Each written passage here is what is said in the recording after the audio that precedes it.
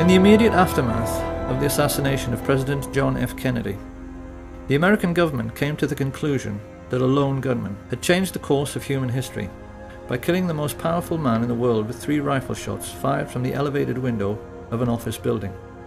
And for half a century, they have stuck rigidly to this fabrication, while critics, scientists, playwrights and poets have produced books and essays and films to prove beyond any shadow of a doubt that this version of our Western history is a physical impossibility. Over and over again, we have been told that this man did it, by himself. He didn't have any help, and he did it because he was a lonely madman and a communist to boot. We are also meant to believe that there is nothing remotely suspicious in his being shot on live television in a basement full of police officers before he had a chance to tell his side of the story.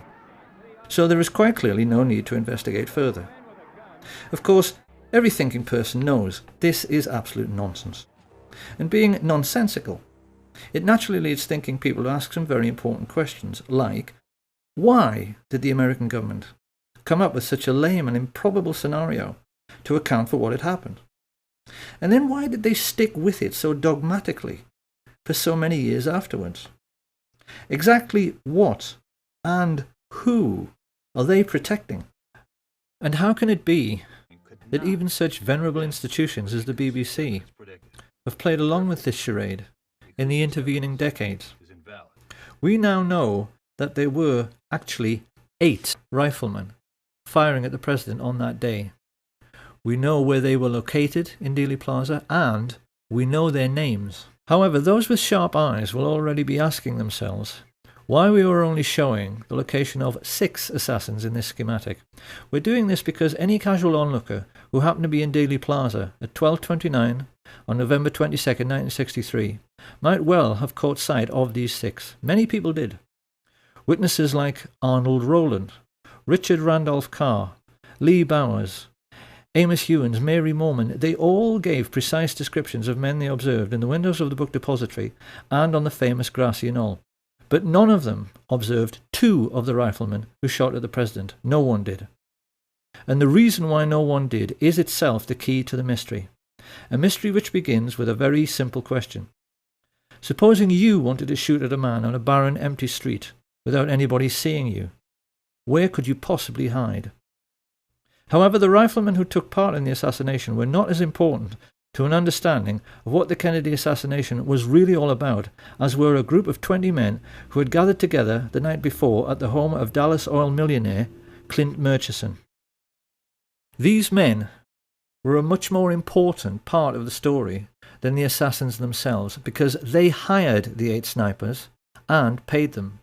We even know how much they paid them. So who were these men? What brought them together to orchestrate such a foul and despicable deed? Why did they, and more importantly those who came after them, cover up the crime with such ruthless brutality for so long afterwards? And how can it be that these men and what they stood for has left an indelible legacy which still influences our daily lives right up to the present day? To answer these questions, we must inevitably step back into history, and most people will not like this very much, because most people have very little interest in history. This, however, is going to be a history lesson, quite unlike anything that anyone has ever heard. It certainly will be nothing like what we are taught in school, and yet it begins with a name which most people have heard, but probably won't be able to place. The name of E.H. Harriman. Who was E.H. Harriman? Dynamite's ready, Butch. Mr. E.H. Harriman himself, he had the confidence of... Open the door or that's it! You think E.H. Harriman would get himself killed for you? Woodcock? I worked for Mr. E.H. Harriman on the Union Pacific Railroad, and he entrusted me. I'm sure Americans in particular will be amused to learn that Edward Henry Harriman was actually a real historical figure. This man was one of America's first industrial giants, and like the Rockefellers in oil and the Carnegies in steel, he got his start by borrowing money from the Rothschilds, of whom we'll hear more later, to create a monopoly for his own business, which was railroads. He was the 19th century railroad king. It was a monopoly which wouldn't be allowed today, and it helped in turn to create the Rockefeller oil monopoly. Now, this gave America's first industrial giants colossal power. These were the first people in human history, we mustn't forget, whose businesses were worth more than most countries.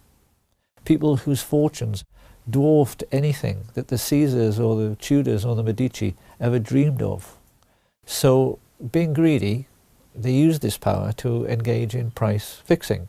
Naturally, they formed a cartel. Their attitude was that they could charge whatever they liked for steel and oil and transporting goods on the railways. They knew that all American business was dependent on them, and they'd made sure there was no competition. So they could ignore market forces and charge pretty much whatever they liked. Now, this naturally caused resentment, and it's very interesting that the press at that time started calling these first Illuminati bankers and industrialists robber barons. Of course, once these fortunes began to be made, others naturally tried to get in on the act. One who succeeded was J.P. Morgan, who became a private banker during this period. But modern critics have discovered that far from being the richest man in America everyone thought he was, it turned out upon his death that Morgan actually only owned 17% of Morgan Bank, and that like so many others he was simply a front for the Rothschild family.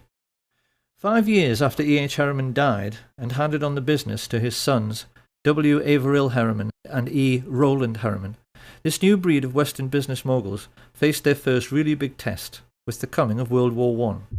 Once again, we must never forget that this was the first time in human history that a truly global conflict had been fought.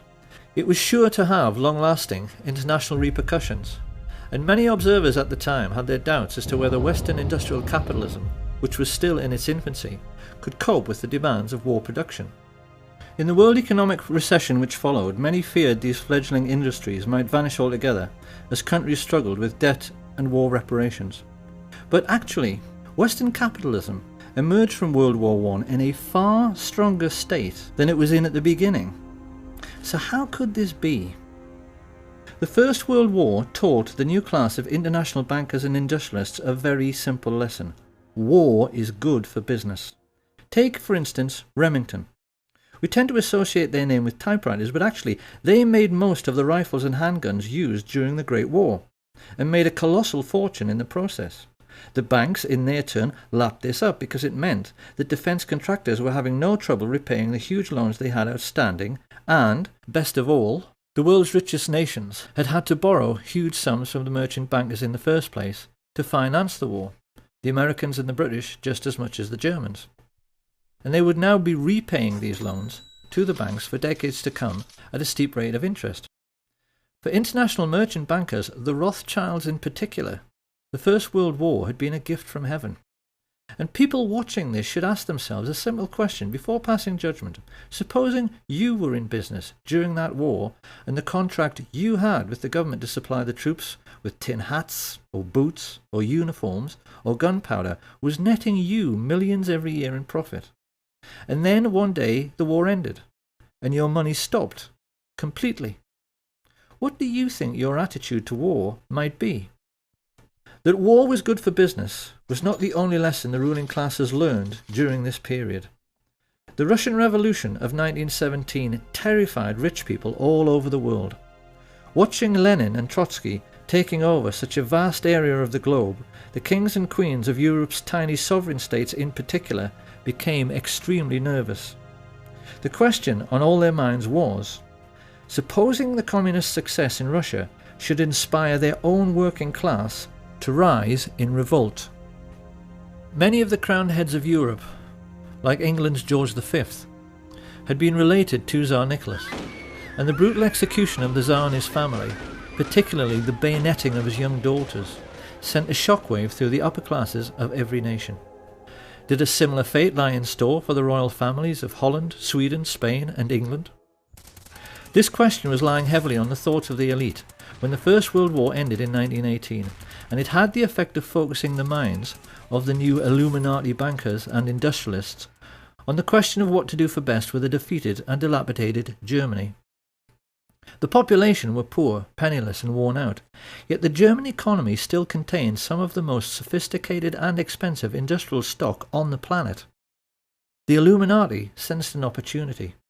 Supposing, as the world's first international businessmen, they could get their hands on Germany's steel mills, her coal mines, her factories, ports, and her shipbuilding industry.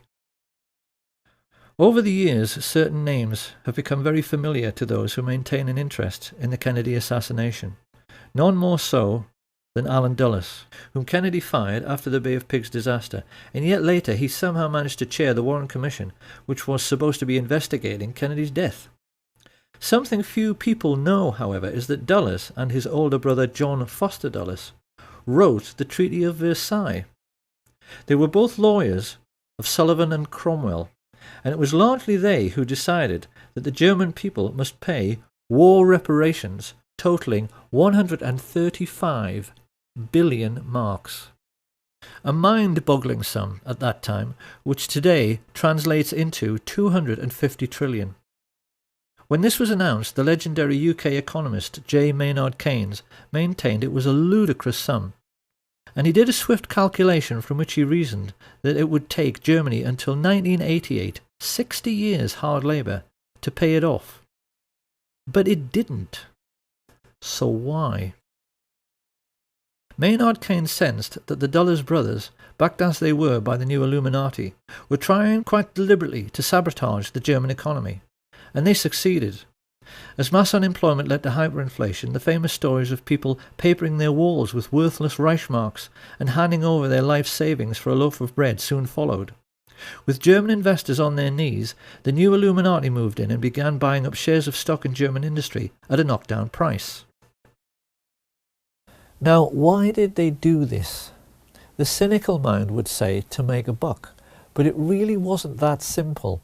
What they wanted was to make Germany strong again so that she would become a bulwark against Soviet communism. Germany was fighting for its life. Certain measures were needed to protect it from its enemies. I cannot say that I am sorry we applied those measures. We were a bulwark against Bolshevism. We were a pillar of Western culture. A bulwark and a pillar the West may yet wish to retain. It was around this time that the newspapers, which these same rich people owned, made sure the word Bolshi, a truncation of Bolshevik, entered the English language, so that we would associate Bolshevism with aggression. And it was with these subtle and not so subtle methods that the international elite began to shape our destiny for the remainder of the 20th century. The intellectuals of the period were furious. They were incensed, they were depressed, and you get a very good feeling of the political atmosphere of the time from the diaries of the Labour politician Harold Nicolson, when he writes, "We have lost our willpower since our willpower is divided. The people of the governing class think only of their own fortunes, which means hatred of the Reds. Our class interests cut across our national interests, and I go to bed in gloom." With such heavy investment coming into the country, particularly from America and Britain, Germany began to recover very rapidly. And then the new class of international financiers began searching around for a homegrown, authoritarian political movement they could support. What they needed was someone they could count on to be both aggressive and expansionist. Ultra-right-wing causes, which at normal times would have been ignored and marginalised, were suddenly given very careful consideration, until finally the rich elite found a man and an idea which they felt might deliver the political outcome they desired. Adolf Hitler and his fledgling National Socialist Party. At the same time that the world's rich elite began grooming Hitler for his starring role, they also became even more deeply involved in military intelligence. I say even more because the Dulles brothers, Averell Harriman and the chief of Remington, Samuel Bush, a man referred to as the original Merchant of Death, had a relationship with American military intelligence stretching back into World War I. The lesson here being that the American variant of military intelligence started out with businessmen protecting their investments, just as if they were a mafia. Right from the very beginning, it had nothing to do with national security and everything to do with money. In Hitler, the Illuminati had found a ready-made stooge who could be the face of this autocratic new movement. And when the time came to put together a new secret intelligence service which was going to help protect all the money they had tied up in the German economy, these men also found one was readily available: the Order of the Skull and Bones at Yale University. Discussion of secret societies is something of a minefield because it so easily invites ridicule. It is very difficult for the general public to accept that the super-rich leaders of their Western world can possibly be as mad and deranged as they actually are. The public, generally speaking, are sensible and level-headed people who have to balance their checkbooks, so they inevitably tend to laugh at stories about Satanists and occult believers. But if you talk to any well-informed historians, they are all aware of the important role which various secret societies have played in human history. The Black Hand always played a pivotal role in the history of the mafia. If you talk to anyone in the UK who was political and read books, they are always aware that the ruling class of Britain, including every member of the royal family, is a Freemason. And the emblem of the death's head was sported on the caps of the high-ranking Nazi officers from the very beginning. The symbols of these secret societies always seem to play around with some kind of skull and bones motif, so that it's abundantly clear what their mission statement is. These people are pirates, willing to commit any crime for big money. And they first became established in America at Yale University in 1833 with General William Huntington Russell and Alphonso Taft. Of course, being a secret society, they made other people curious about them, and in 1867 some undergraduates from a rival campus society broke into their headquarters to see what this skull and bones thing was all about. They reported that inside there were lots of lamps and candles, many dilapidated human skulls lying next to a fool's cap and bells, and it was morbidly dark because the walls were covered in black velvet. Having established a suitably satanic atmosphere, initiation rites were then performed on new members, who had to engage in group masturbation and sodomy while they lay in a coffin. Now, it's very easy to dismiss all of this as bizarre, silly and irrelevant until you see the list of Skull and Bones members who have ruled America since Skull and Bones began. Although they only graduate 15 initiates a year, those 15 have always gone on to occupy the very highest positions in American society. US Secretary of State William Max Evarts was a bonesman, as was Treasury Secretary Franklin McVeigh, Chief Justice Simeon Eben Baldwin, and the 27th President of the United States, William Howard Taft. The founder of American football, Walter Camp, came through Skull and Bones, as did the very first chairman of the Federal Reserve, Pierre Jay, and director of Standard Oil, Percy Rockefeller. Averill Harriman, the son of E.H. Harriman and founder of Harriman Brothers, the largest investment bank in the world, was a bonesman, and so were both of the George Bush presidents. During his premiership, John F. Kennedy was surrounded by bonesmen like McGeorge Bundy and David Acheson, son of Dean Acheson. Kennedy knew these men refer to each other as brothers under the skin. They swear an oath of secrecy and then ruthlessly vow to help each other's careers in any way they can throughout their lives, even if it means committing murder. In Britain, every literate person knows that all of the top police officers are Freemasons, because if there are 10 candidates for a top job, a Mason will always select a brother Mason for the post. Skull and Bones works the same way, and JFK took this problem so seriously that he even made speeches warning America about the danger of secret societies. The very word secrecy is repugnant in a free and open society, and we are, as a people, inherently and historically He knew the people opposed on to this secret list societies, were neither silly secret nor oaths. irrelevant, because he knew they were the real holders of power in America, operating as they were, as an unelected shadow government accountable to no one. And it was these same people who brought Hitler to power during the 1920s by becoming business partners with leading German industrialists. The reality of the situation prevailing at that time can be very easily understood simply by looking at the cover of Fritz Thiesen's book, I Paid Hitler, on which he is depicted as a puppet master controlling Hitler's strings. Thiesen was a billionaire industrialist. He was the man who built the Bismarck. His company, United Steelworks, made 3/4 of all Germany's steel, and he joined together with Skull and Bones members Prescott Bush and George Herbert Walker to financially assist the Nazi Party. Together they recruited head of the German central bank Hjalmar Schacht to the fascist cause, and then combined with other leading industrialists to sign the letter which convinced Hindenburg to appoint Hitler as Chancellor on the 20th of February 1933. Had anyone inquired around this time about the postal address of the Nazi Party, they could legitimately have been told that it was 39 Broadway, Manhattan, New York, because this was where Averell Harriman, Prescott Bush and George Herbert Walker kept their office. And being no fool, Fritz Thyssen used their banking services to set up secret cash funds funneled through another bank in Rotterdam, the Bank voor Handel en Scheepvaart, to finance the building of the first official Nazi Party headquarters, the Brown House. This was all done with the full cooperation of the Dutch bankers, who orchestrated this entire sinister business with the assistance of the Thyssen family lawyer, Alan Dulles. Of course, the Germans themselves were ecstatic.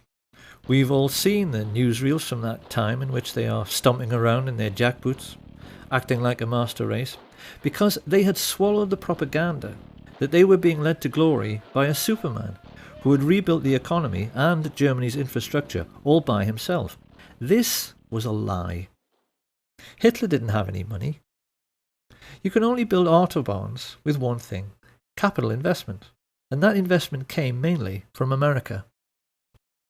The Nazis were also given a lot of help from the City of London, help which came mainly in the shape of Sir Montague Collett Norman, Governor of the Bank of England. Norman was connected to Bush and Walker through the merger of Harriman's with the Brown brothers, who traded in London as Brown Shipley, hence Brown Brothers Harriman. The people behind this multinational investment bank had a long-standing racial tradition. Few British people at the time were aware that they only enjoyed relatively cheap clothing because it was all made from slave cotton brought from America on the Brown Brothers ships and sold to British mill owners. Montague Norman was heir to this colossal Brown Brothers fortune. As the de facto head of world banking, he made no secret of his only being interested in the richest 1% of people. And even as the newspapers began to fill with stories of Nazi concentration camps, he still declared himself to be Hitler's most avid supporter. "We must lend Nazi Germany 90 million marks," he declared. "It may never be repaid, but it will be less of a loss than the fall of Nazism."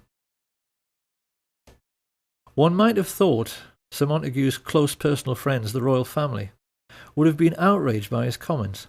Nothing could be further from the truth. It is part of the remit of this film to try and make people aware of the tricks the rich play in order to control how we think. George Orwell once said that the ruling class in every age have tried to impose a false view of the world upon their followers. And there's no better example than the way in which the British have been duped into believing that their royal family are called Windsor and descend from English kings like Henry VIII. The British royal family are, actually, German, and their real name is Saxe-Coburg-Gotha. They only changed it to Windsor after Windsor Castle in 1917 to hide the fact that they were German during the First World War. Prince Harry, in honour of his German roots, has been known to dress as a Nazi on several occasions. Dozens of critics have pointed out that the Duke of Edinburgh's brother was the head of the Nazi SS. And King Edward VIII, before he abdicated to marry the American divorcee Wallis Simpson, visited Hitler to make it abundantly clear to the whole world that he too was a Nazi. He even signed his name Herzog von Windsor. Thinking people during this period realised that this whole thing with kissing up to the Führer somehow transcended national boundaries. The rich people from the most diverse countries had bonded together because they all shared a common goal. The kings and the queens and the international bankers and industrialists wanted to make certain communism could never succeed. They were determined they weren't going to finish up like the Russian royal family, and they were determined to hang on to their money. They were much more afraid of the ordinary working people in their own countries than they were of fascist Germany. And this prevailing sentiment amongst the world's ruling class led America's elite to attempt a fascist coup d'etat in 1934. I hope it will be plain to people by now that Hitler's economic miracle is the greatest myth in human history. There was no economic miracle. There are no miracles. And if there are, why can't the Germans do it all again now? If you want to construct a network of new roads and new steelworks and new factories, you need one thing: money. You need investment. And the investment didn't come from Hitler. It came from Brown Brothers Harriman and their business associate, Fritz Thyssen. It came from Hjalmar Schacht and his best friend, Sir Montague Collett Norman. It came from men like Axel Wenner-Gren, the Swedish multimillionaire arms manufacturer, and Charles Beddoes, the French business mogul. These people were all in the same bed with their Nazi friends, the Duke and Duchess of Windsor, the Dulles brothers, Prescott Sheldon Bush, and George Herbert Walker, with whom they'd created the Union Bank for laundering Nazi money. And with stage one of their plan for world domination complete, they now turned to the second phase, which was meant to be the overthrow of American democracy and the imposition of fascist government upon the United States. In order to pull this off, these Nazis raised money from America's richest families, many of whom, in this new consumerist society, had become household names. The Colgate family, the Birdseye family, the DuPont family, the Rockefeller family. These people handed over millions to the American financiers of Hitler so they could hire, train and supply a private army which would attempt to overthrow the democratically elected government of Franklin Delano Roosevelt and impose fascist dictatorship in America. Of course, it's natural to wonder, considering they had such advantages, how on earth they failed to pull it off. The simple answer is that they chose the wrong man, because their choice to lead this Nazi insurrection was Major General Smedley Darlington Butler, the most decorated soldier of the period and in all of American history, perhaps the most unsung hero of all. Because Smedley Butler was the most genuine Democrat and lover of liberty the world has ever seen. I appeared before the Congressional Committee, the highest representation of the American people, under subpoena to tell what I knew of activities which I believe might lead to an attempt to set up a fascist dictatorship. The plan as outlined to me was to form an organization of veterans, to use as a bluff, or as a club at least, to intimidate the government and break down our democratic institutions. The upshot of the whole thing was that I was supposed to lead an organization of 500,000 men, which would be able to take over the functions of government. My main interest in all this is to preserve our democratic institutions. I want to retain the right to vote, the right to speak freely, and the right to write. If we maintain these basic principles, our democracy is safe. No dictatorship can exist with suffrage, freedom of speech and press. Smedley Butler tricked the plotters into thinking he was interested for just long enough until he was sure who all the major players were, and then he told the president. This put FDR in a quite impossible position. America at that time was just coming out of the Great Depression. The last thing he wanted was to cause another economic downturn, and he feared that if he scooped up all the leading bankers and captains of industry in the United States and threw them all in jail, the country just might fall apart. So what could he do? To Smedley Butler's utter incredulity, he chose, in the end, to do nothing. In spite of the fact that these men had committed treason and should have been hanged, their power was such that they were not even charged, let alone tried, and so great was their influence, they were able to keep America out of the war until December the 7th, 1941.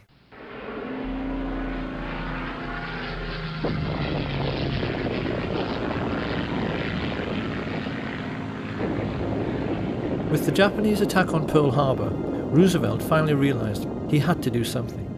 His response was the Trading with the Enemy Act, which allowed him to seize assets like the Union Bank, through which Bush, Walker and Harriman had been financing Thiessen. Roosevelt didn't realize, however, that it was already a case of too little, too late. Because without his knowledge, American business moguls had been tumbling over one another for 2 years in their efforts to assist and do business with the Hitler regime. Typical of this American spirit of enterprise was Sosthenes Ben, the president of AT&T, who flew immediately to Berlin when war was declared to put in Hitler's phone lines. He gave the Nazis the most high-tech, state-of-the-art telecommunications system in the world at that time, so that Hitler could rule the European mainland with the maximum efficiency. Rich men have been hiring thugs to do their dirty work, especially to frighten people, since human civilization began. What people have to try to appreciate is that Nazism, in reality, was simply the first time in human history that the rich had enough wealth to hire an entire country of thugs to do their dirty work. Some of the most emotive images in world history are those of the Nazi war machine sweeping across the Low Countries to begin their occupation of France, and people have always assumed that the trucks used for the miles-long troop convoys must have been German trucks. But if anyone at that time had taken the trouble to lift up the cowling and look at the engine, they would have found these were actually Ford trucks, which had been built with personal permission from Henry Ford, who was sitting in his office 4,000 miles away in Dearborn, Michigan, a service for which he was given the Grand Cross of the Eagle, the highest honor the Nazis ever bestowed on a civilian. Ford sued the U.S. Army, the U.S. government in the 50s because during the war the U.S. Air Force bombed their tank-making facilities in Germany, and this is true. And what was it, like 52 or something? They sued the U.S. government for destroying their factories, and they won. They won the lawsuit. So I had to write a little song for Henry here.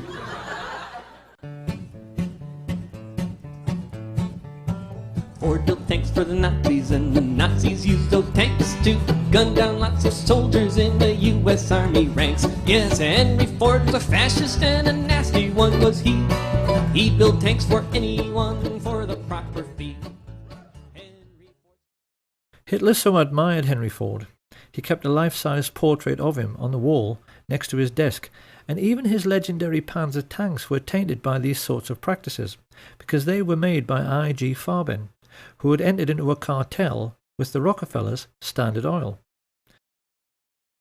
The government in Washington knew all about this, and largely did nothing.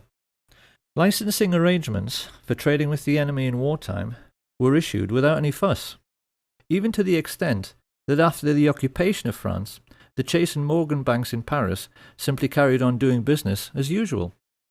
The incredible truth, which the rich elite have managed to hide from the world for 70 years through their control over school books and our education system, is that the Nazi war machine was actually an American business.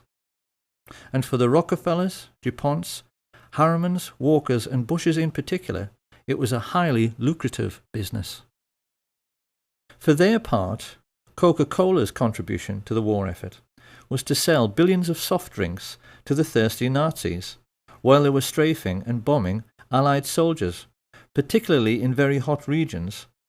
In the desert, where refrigerators tend to be scarce, there were even stories of Messerschmitt pilots wrapping wet towels around bottles of Coke, tying them to their aircraft, then flying up to altitude, where the cold and the wind chill turned the wet towel into a solid block of ice. They would then dive down, crack open the towel, and enjoy an ice-cold Coke in the desert.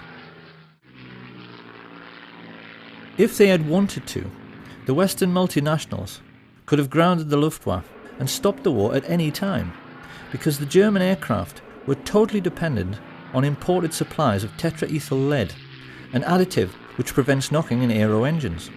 But Standard Oil kept the supply of this vital resource going through neutral Switzerland for the entire war. And any Dutch people who might be wondering at this point what kind of percentage the Swiss took from this little arrangement, they need to be aware that thanks to Prince Bernhard von Lippe of the Netherlands, the father of the recently retired Queen Beatrix and prominent member of the Nazi Party, Royal Dutch Shell gave Hitler millions of tons of crude oil for nothing. The Dutch royal family actually fueled the invasion force which annexed Holland and were instrumental in helping the Nazis to rape their own country. But most shocking of all is the truth of what really happened in the little Polish town of Oświęcim.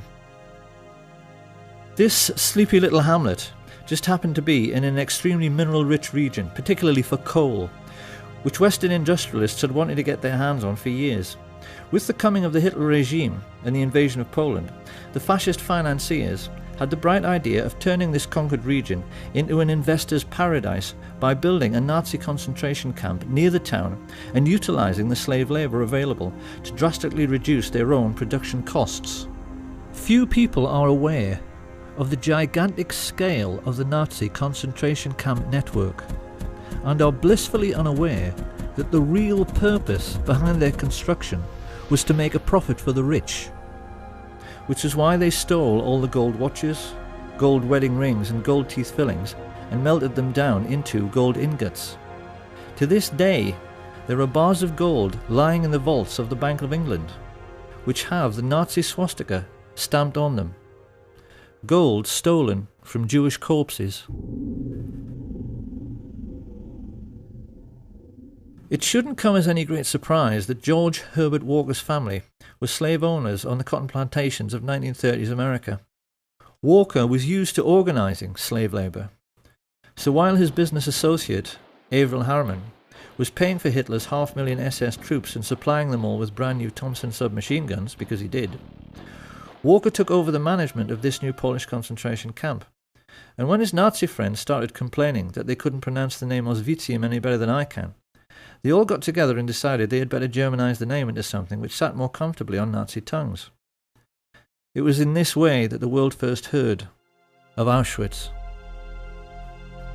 Because the truth about Auschwitz and the entire Nazi war machine is that they were essentially no different to McDonald's.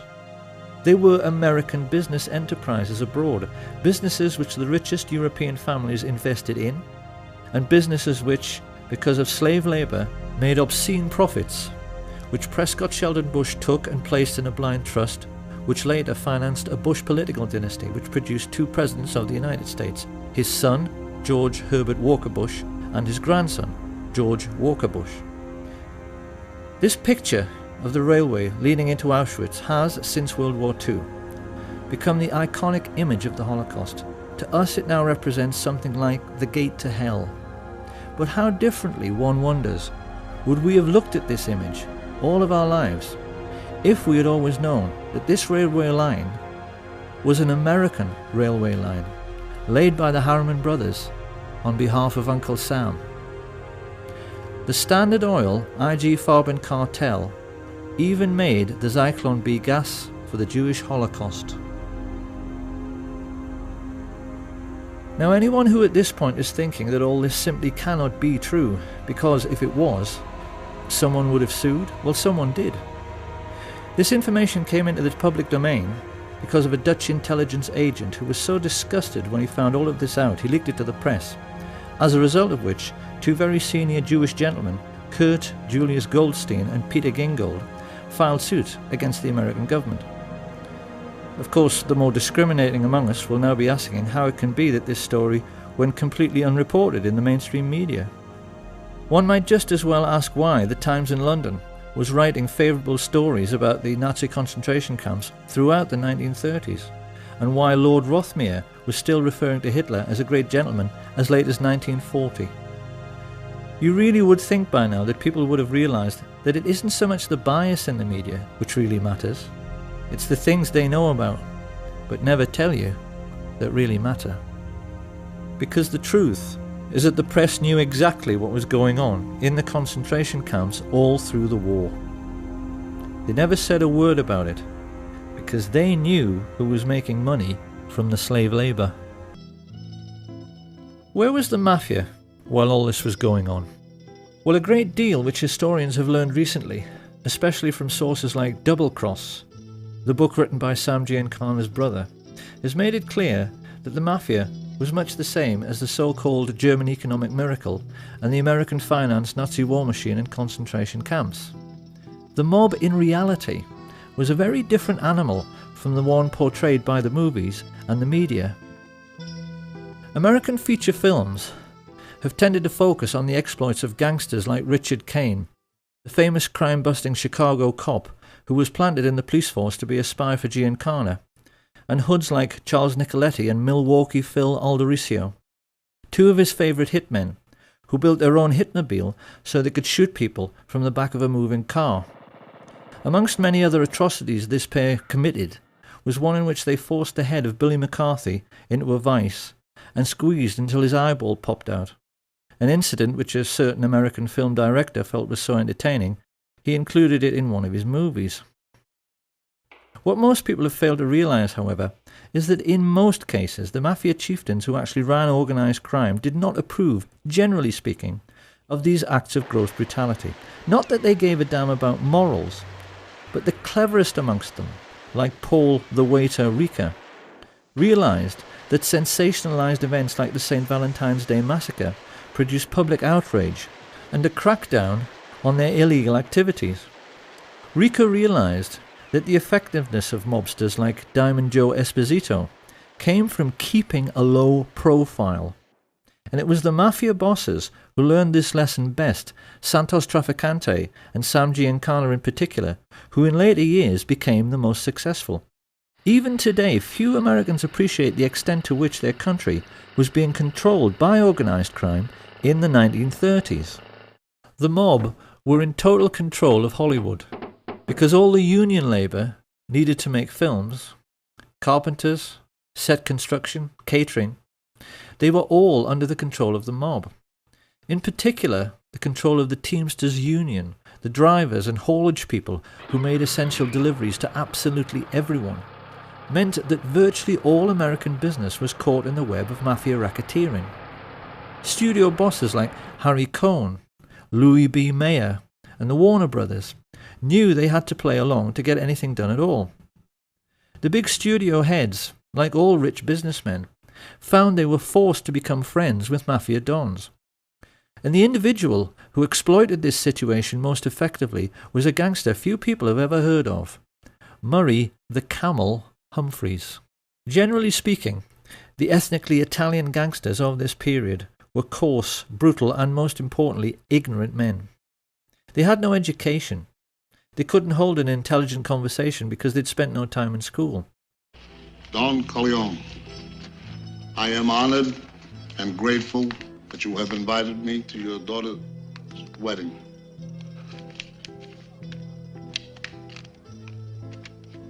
On the day of your daughter's wedding. This made doing business with refined and sophisticated entrepreneurs difficult, not to say embarrassing. And Sam Giancana was quick to spot this.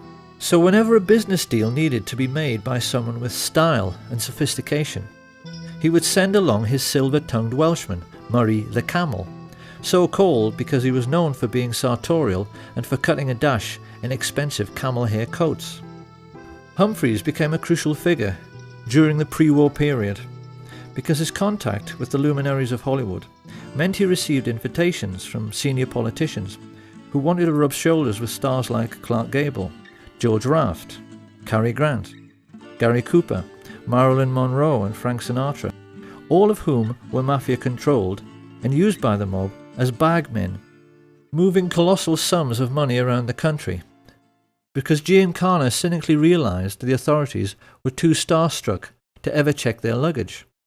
He even used a priest for the same purpose, who he referred to as Father Cash.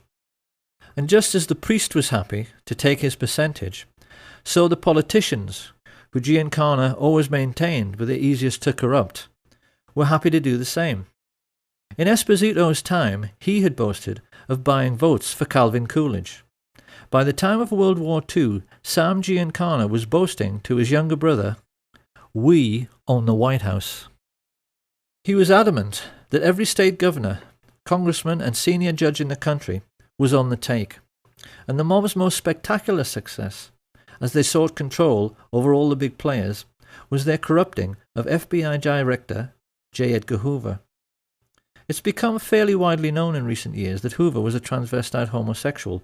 What is less well known is the elaborate scheme he dreamed up for accepting mafia bribes. What he used to do was to go to the $2 window at the racetrack, where he was photographed many times by the press to give himself a clean, upstanding image. What the pressmen didn't know was that he always took along a crooked emissary who placed huge bets, which ran into the thousands, at another window on races which were fixed by the mob boss Frank Costello. By keeping Hoover supplied with millions in winnings and holding on to compromising photographs of the FBI chief having sex with his lover, Clyde Tolson, which several CIA agents claim they've seen, the mafia had American law enforcement entirely under their control. So the question then is, what do you do with that kind of power? The answer is that when you're the American mafia, you routinely wipe out what they call do-gooders. This is how organised crime has influenced American society for nearly a century. If a decent man becomes a rising star in politics and looks as if he might try to make a better life for ordinary people, they simply kill him as a matter of routine. And in the book they wrote together, Chuck and Sam Giancana Jr. are at pains to point out that a classic early case of this practice was the assassination of Anton Shermack. Shermack was a Democratic politician who had tried to crack down on Al Capone's bootlegging operations. Many felt he would go on to become a great president himself, until he was shot while on stage with FDR by Giuseppe Zangara. After the murder, Zangara claimed it was a political act, and he ought to be entitled to clemency because he simply hated all rich people. But this was actually what he'd simply been told to say by the mob, who were using him as a fall guy. When he went to the electric chair, Sam Giancana turned to his brother and expressed his pleasure at how nice and neat the whole affair had been. And he further explained that choosing a patsy to wipe out a politician who was a do-gooder was something the Italian mafia had been doing forever. It was a practice as old as the Sicilian hills, and he was amazed at how the mafia kept getting away with it, because you really would think people would catch on. This was 1935. You have a decent chief executive murdered in broad daylight, shot by a patsy, who was later killed himself by the authorities. Does this sound familiar? However, even in Shermack's time, the mob could not be said to be in complete control of American life, because while they controlled the streets through their influence over politics and the justice system, they were not yet in control of the United States military or its mainstream media. Tragically, this all started to change with a series of events which began with the scuttling of the SS Normandie by a Manhattan-based Nazi agent. This was February the 9th, 1942. And having just joined the war, the United States was trying to keep its allies supplied with vital war material, using convoys which were loaded on the waterfront and sailed almost every day out of New York Harbor. As everyone knows, many fell prey to the wolf packs of German U-boats, and the Normandy had been designed for much greater speed specifically so that she could outrun them. When she fell to sabotage, it was a colossal blow to the Allied war effort, and in response, a naval intelligence officer, Anthony Marslow, decided to enlist the help of the New York Mafia because he knew they were in control of all commercial activity on the docks. The subterfuge by foreign intelligence agents ceased, but the price America paid was calamitous, because getting the Mafia's help meant getting permission from the boss of bosses, Lucky Lucanio. It is one of history's great ironies that the United States government went crawling to the Mafia for help at a moment when the mob themselves had just been severely weakened and could have been crushed altogether by an administration with enough political will. The notorious Lucanio had just started a 40-year prison sentence in Great Meadow Penitentiary, and most of his Sicilian gangsters back home were already behind bars, having been caught up in Mussolini's Mafia purge. Being himself Italian, Mussolini knew there was only one way to deal with the Mafia, and when he came to power, he ordered his iron prefect, Cesare More, to simply lock up all the mafia families in Sicily, which wasn't exactly difficult because everybody knew who they were. Of course, after the Allied invasion of Sicily, Marsala then compounded his error by choosing Sicilian Americans like New York Mayor Charles Paletti and OSS officer Joseph Russo, whose father was born in Corleone, to head AMGOT, the Allied military government, whose job it was to restore community cohesion on the island. And of course, their way of doing this was not only to let all the mafiosi out of jail, they even made known mob bosses like Genco Russo and Don Calogero Vizzini into the heads of local government and gave them full civilian and military power over the island. So this was the accident of history through which the mafia began its relationship with American military intelligence. It was a catastrophe for Italy, which has been ruled over by organised crime ever since. It was a catastrophe for Sicily, which suffered a brutal murder every 3 days in the post-war period, and it was a catastrophe for America, which saw many once vibrant communities, particularly in New Jersey, have the heart ripped out of them by mafia extortion and drug dealing. Lucky Luciano was deported after being released from jail, and having found a kindred spirit in another secret organisation, the newly created Central Intelligence Agency, he was then able to combine the activities of organised crime, particularly international drug running, with smuggling of American-made weapons. This unholy alliance gave the world its first ever pirates who flew aeroplanes. That's what these people became. Pirates with aeroplanes. The CIA became the world's primary import-exporter of narcotics and used the colossal profits to fuel wars around the world, thereby enabling their friends in the military-industrial complex to sell yet more weapons. Under the disguise of liberal democracy, these men, who had financed Hitler, became the enemies of liberty and democracy on a planet-wide basis. And as if to underline their Nazi credentials, they also hired all of the former German Nazi intelligence officers, like Reinhard Gehlen, who were out of a job at the end of the war, and brought them into the fold at the beginning of the Cold War, even though they were perfectly well aware that these men had committed genocide and should have been prosecuted as war criminals. Their attitude, quite clearly, was that as they had paid for Nazi Germany, they were entitled to pick over its carcass in any way they chose. This was yet another political catastrophe for the United States, because these were the people who put together the notorious Operation Paperclip, which rounded up all of the Nazi rocket scientists, like Werner von Braun, and put them to work for their new American Nazi owners to give them, for the first time in human history, ICBMs with nuclear warheads. They became the first men ever to have the power to destroy the whole world at the touch of a button, and it was clear to many observers at the time that it all rather went to their heads. I can no longer sit back and allow communist infiltration, communist indoctrination, communist subversion, and the international communist conspiracy to sap and impurify all of our precious bodily fluids. They saw themselves as giants, who were looking down and laughing upon this planet of tiny fools who were stupid enough to go on and on killing each other while they sold arms to both sides throughout the Second World War. Focke-Wulf aeroplanes, which bombed American soldiers, were manufactured by IT&T.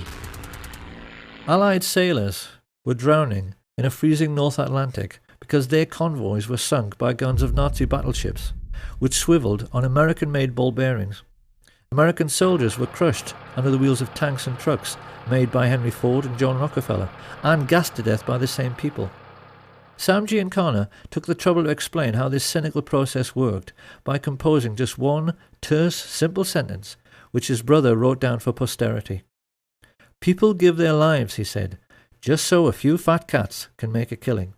And this was precisely what Smedley Butler had tried to explain to the world with his book, War is Just a Racket. At the war's end, the rich elite found fortune continuing to smile on them. Firstly, they were able to control the utter farce of the Nuremberg trials, which should have hanged every single American merchant banker and leading industrialist. As it was, their contribution to World War II remained hidden from public scrutiny, and they were even allowed to gerrymander light sentences for their German Nazi friends, like Hjalmar Schacht, who got off with just a few years and later retired as a billionaire, But best of all was that the one man who might have been a check to their power passed away as soon as the war was over. And with President Roosevelt gone, and their first Nazi glove puppet Hitler also deceased, it became necessary for Prescott Bush to find another young politician to sponsor. In true American fashion, he decided to advertise. He placed an ad in the LA Times which candidly explained that a group of rich businessmen was seeking a young, ambitious, immoral and most definitely malleable politician who might one day run for president. The ad was deliberately worded in this cynical way because they knew that only an evil, slimy and completely incorrigible little creep would ever dream of applying for the position. That was what they wanted, and that was what they got, in the shape of a certain Richard Nixon. Here being congratulated on his success by his new master, Prescott Bush. And not long after this picture was taken in 1947, Nixon engaged the services of a Jewish gangster who was working for Sam Giancana called Jacob Rubenstein, a man whom the world would one day come to know as Jack Ruby. Having bought themselves a new political puppet, this nefarious band of 20th century robber barons now took stock of their situation. The Hitler Project, as this rich elite called it, could hardly have turned out very much better. Their businesses had made colossal profits. Prescott had got his Union Bank back. The communist menace they so wanted to contain had almost sunk back in the Middle Ages with the ravages of war.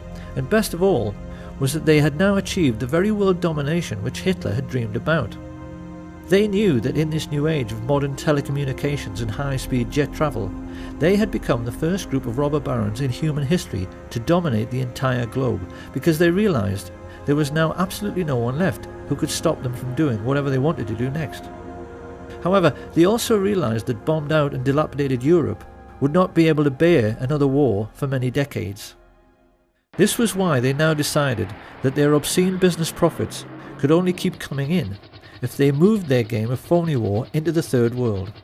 And this was how the CIA came to instigate conflict throughout the Middle East, Southeast Asia and Central America. Chuck Giancana well remembers a conversation which he had with his mafia boss brother Sam during this period, in which he questioned him with genuine anxiety about the communist menace spreading throughout the world. The TV news was painting a sinister picture of a Soviet enemy with millions of fifth columnists, which was intent upon taking over the entire planet. Hadn't he heard of the domino theory, and wasn't he worried about it? In response, Sam Giancana simply smiled at his kid brother's naivety, and he asked him, didn't he realise that the United States, by which he meant the shadow government, not the official one, wanted to take over the world as well, and that the whole idea of communism was just the excuse they were using to do it? He told him that in China they had already succeeded in getting a member of the Chinese mafia, a brutal gangster called Mao Zedong, into power, just so they could sell more cigarettes in Asia. Communism was just their excuse. And it was pretty much the same story in the Philippines, with a crooked politician the mafia levered into power called Ferdinand Marcos. As for the United States, Big Brother Sam explained that the fat cats were fully aware that Americans will do anything for patriotism. Hence, you must always provide them with an enemy, a boogeyman. They won't overwork themselves just to make huge profits for fat cats for any other reason. So new enemies had to be found or created. This is what Joe McCarthy's Reds Under the Bed scare had really been all about. And they used the same excuse in Laos, Chile, Guatemala, El Salvador, Iran, Honduras, Vietnam and Cuba. If a small country refused to go along with American business interests, which basically meant with the rights of Western multinationals to pay slave wages to third world peasant farmers growing commodities like tobacco or sugar or fruit, they simply labelled them as communist, assassinated the democratically elected head of state with teams recruited from their secret societies, the Central Intelligence Agency and the Mafia, and put in a man favourable to their interests, as with the Shah in Iran. Simple. And even more to this, Giancana explained to his brother that the political game at home had to be played in the same way as the phony war game abroad. The lesson was that a businessman always protects his interests by playing both sides. Sam Giancana knew that the Second World War had been exactly the same as all the CIA's covert wars during the 1950s. They were conducted in order to make more money for the super-rich. because in every case they were selling weapons and fuel to both sides, just as they had the Germans. On the American mainland, this cynical attitude manifested itself in the way the gangsters supported the campaigns of both leading candidates in every political head-to-head, in order to make sure that whoever got elected, he was always their man and on their side. So this was the real political world which the young Senator John F. Kennedy became a part of in 1950s America. It was a world ruled by a super-rich cabal of secret Nazis who had built the fascist war machine and concentration camps purely to protect themselves and their money from socialist Russia. Having avoided prosecution for the greatest crime in human history, they were confident that they could kill anyone and get away with it, particularly if it was someone who might interfere with their power to instigate phony wars in order to make huge fortunes by lending money and selling weapons to both sides. The war in which he himself had bravely fought was a sham, and even John F. Kennedy did not understand this. Or perhaps we should say that he didn't fully understand what was going on. He and his younger brother Bobby were certainly all too keenly aware of the extent to which their country was in the grip of organised crime, because their own father, the patriarch Joseph P. Kennedy, had made his personal fortune from running illegal liquor during the days of Prohibition, activities which earned him the nickname Bootlegger Joe. Experienced people are aware that the tendency of each new generation to reject the ideas of the previous generation is an abiding characteristic in human affairs, and it is perfectly plain that with Jack and Bobby it had the effect of making both men highly principled. Their own father had associated with crooks and gangsters, and it was quite clear from their style and their outlook that they had made a commitment to make up for the sins of their father by rejecting this sinister world of hoods and crooks and corrupt politicians, by being honest and decent. If you take a look at any group photo from the early days, it's clear these men are being determinedly clean-cut, with the accent heavily on the clean part. They knew their father's generation were dirty. It couldn't be more obvious that they were determined to be the opposite. The question was, how were they going to free themselves and their country from the entanglements of the crooked politicians and the psychopathic mafia dons, who together were controlling the whole of American life like some multi-legged fascist octopus? How they were going to pull this off was something they were discussing ad nauseam when, in the late 1950s, they found out their father was in big trouble. A contract had been taken out on Joe Kennedy's life by the Purple Gang, the Jewish mafia of New York, who had accused him of swindling them out of a fortune. Joe Kennedy was really scared, and he turned for help toward the one man in North America who he knew had the power to get the contract called off, Sam Giancana. Giancana had done business with Kennedy for years, so he agreed to help, but he wanted something for it. He was all too aware of Joe's political ambitions for his son and of JFK's outstanding good looks. He wanted assurances that if Jack one day made it to the White House, Joe Kennedy would see to it that the heat the two brothers had been trying to turn up on the mafia would be turned down. And, according to Chuck and Sam Giancana Jr., Joseph P. Kennedy, just to save his own skin, agreed. Will you tell us anything about any of your operations, or you just giggle every time I ask you a question? Declined to answer because I honestly believe my answer might tend to incriminate me. I thought only little girls giggled with the Giancana. In this way, a very confused situation was created, because Sam Giancana, the very kind of mob boss whom the Kennedys had been fighting so hard through the McClellan Committee to put in jail, now thought that they should and would be grateful to him. It was this expectation and this misunderstanding which now led Giancana to try to draw the Kennedys more and more into his dark world, something which he appeared to be succeeding with in the way that first Peter Lawford and then Frank Sinatra established relationships with both men. Lawford married Kennedy's sister. Everyone is voting for Jack. Sinatra was putting together campaigning jingles, and it must have seemed to many insiders at the time that when Sam Giancana went around boasting that, as usual, he had everything under control, and that when Jack got to the White House it was going to be a dream ticket for the Mafia, that it must all be true. His boys appeared to be partying together. And those who were in the know were aware that JFK had at least some sort of relationship with Judith Campbell Exner, Sam Giancana's girlfriend. What we haven't known until now is that JFK was hoodwinking Giancana all along. The role that Judy Campbell played was mostly that of a go-between. What Kennedy was doing through her was giving Giancana FBI reports on mob bosses to make him think that law enforcement were not all that well informed about the Mafia scams and their movements, nor even terribly interested. What Giancana did not know was that the FBI reports he was receiving were carefully selected and most definitely incomplete.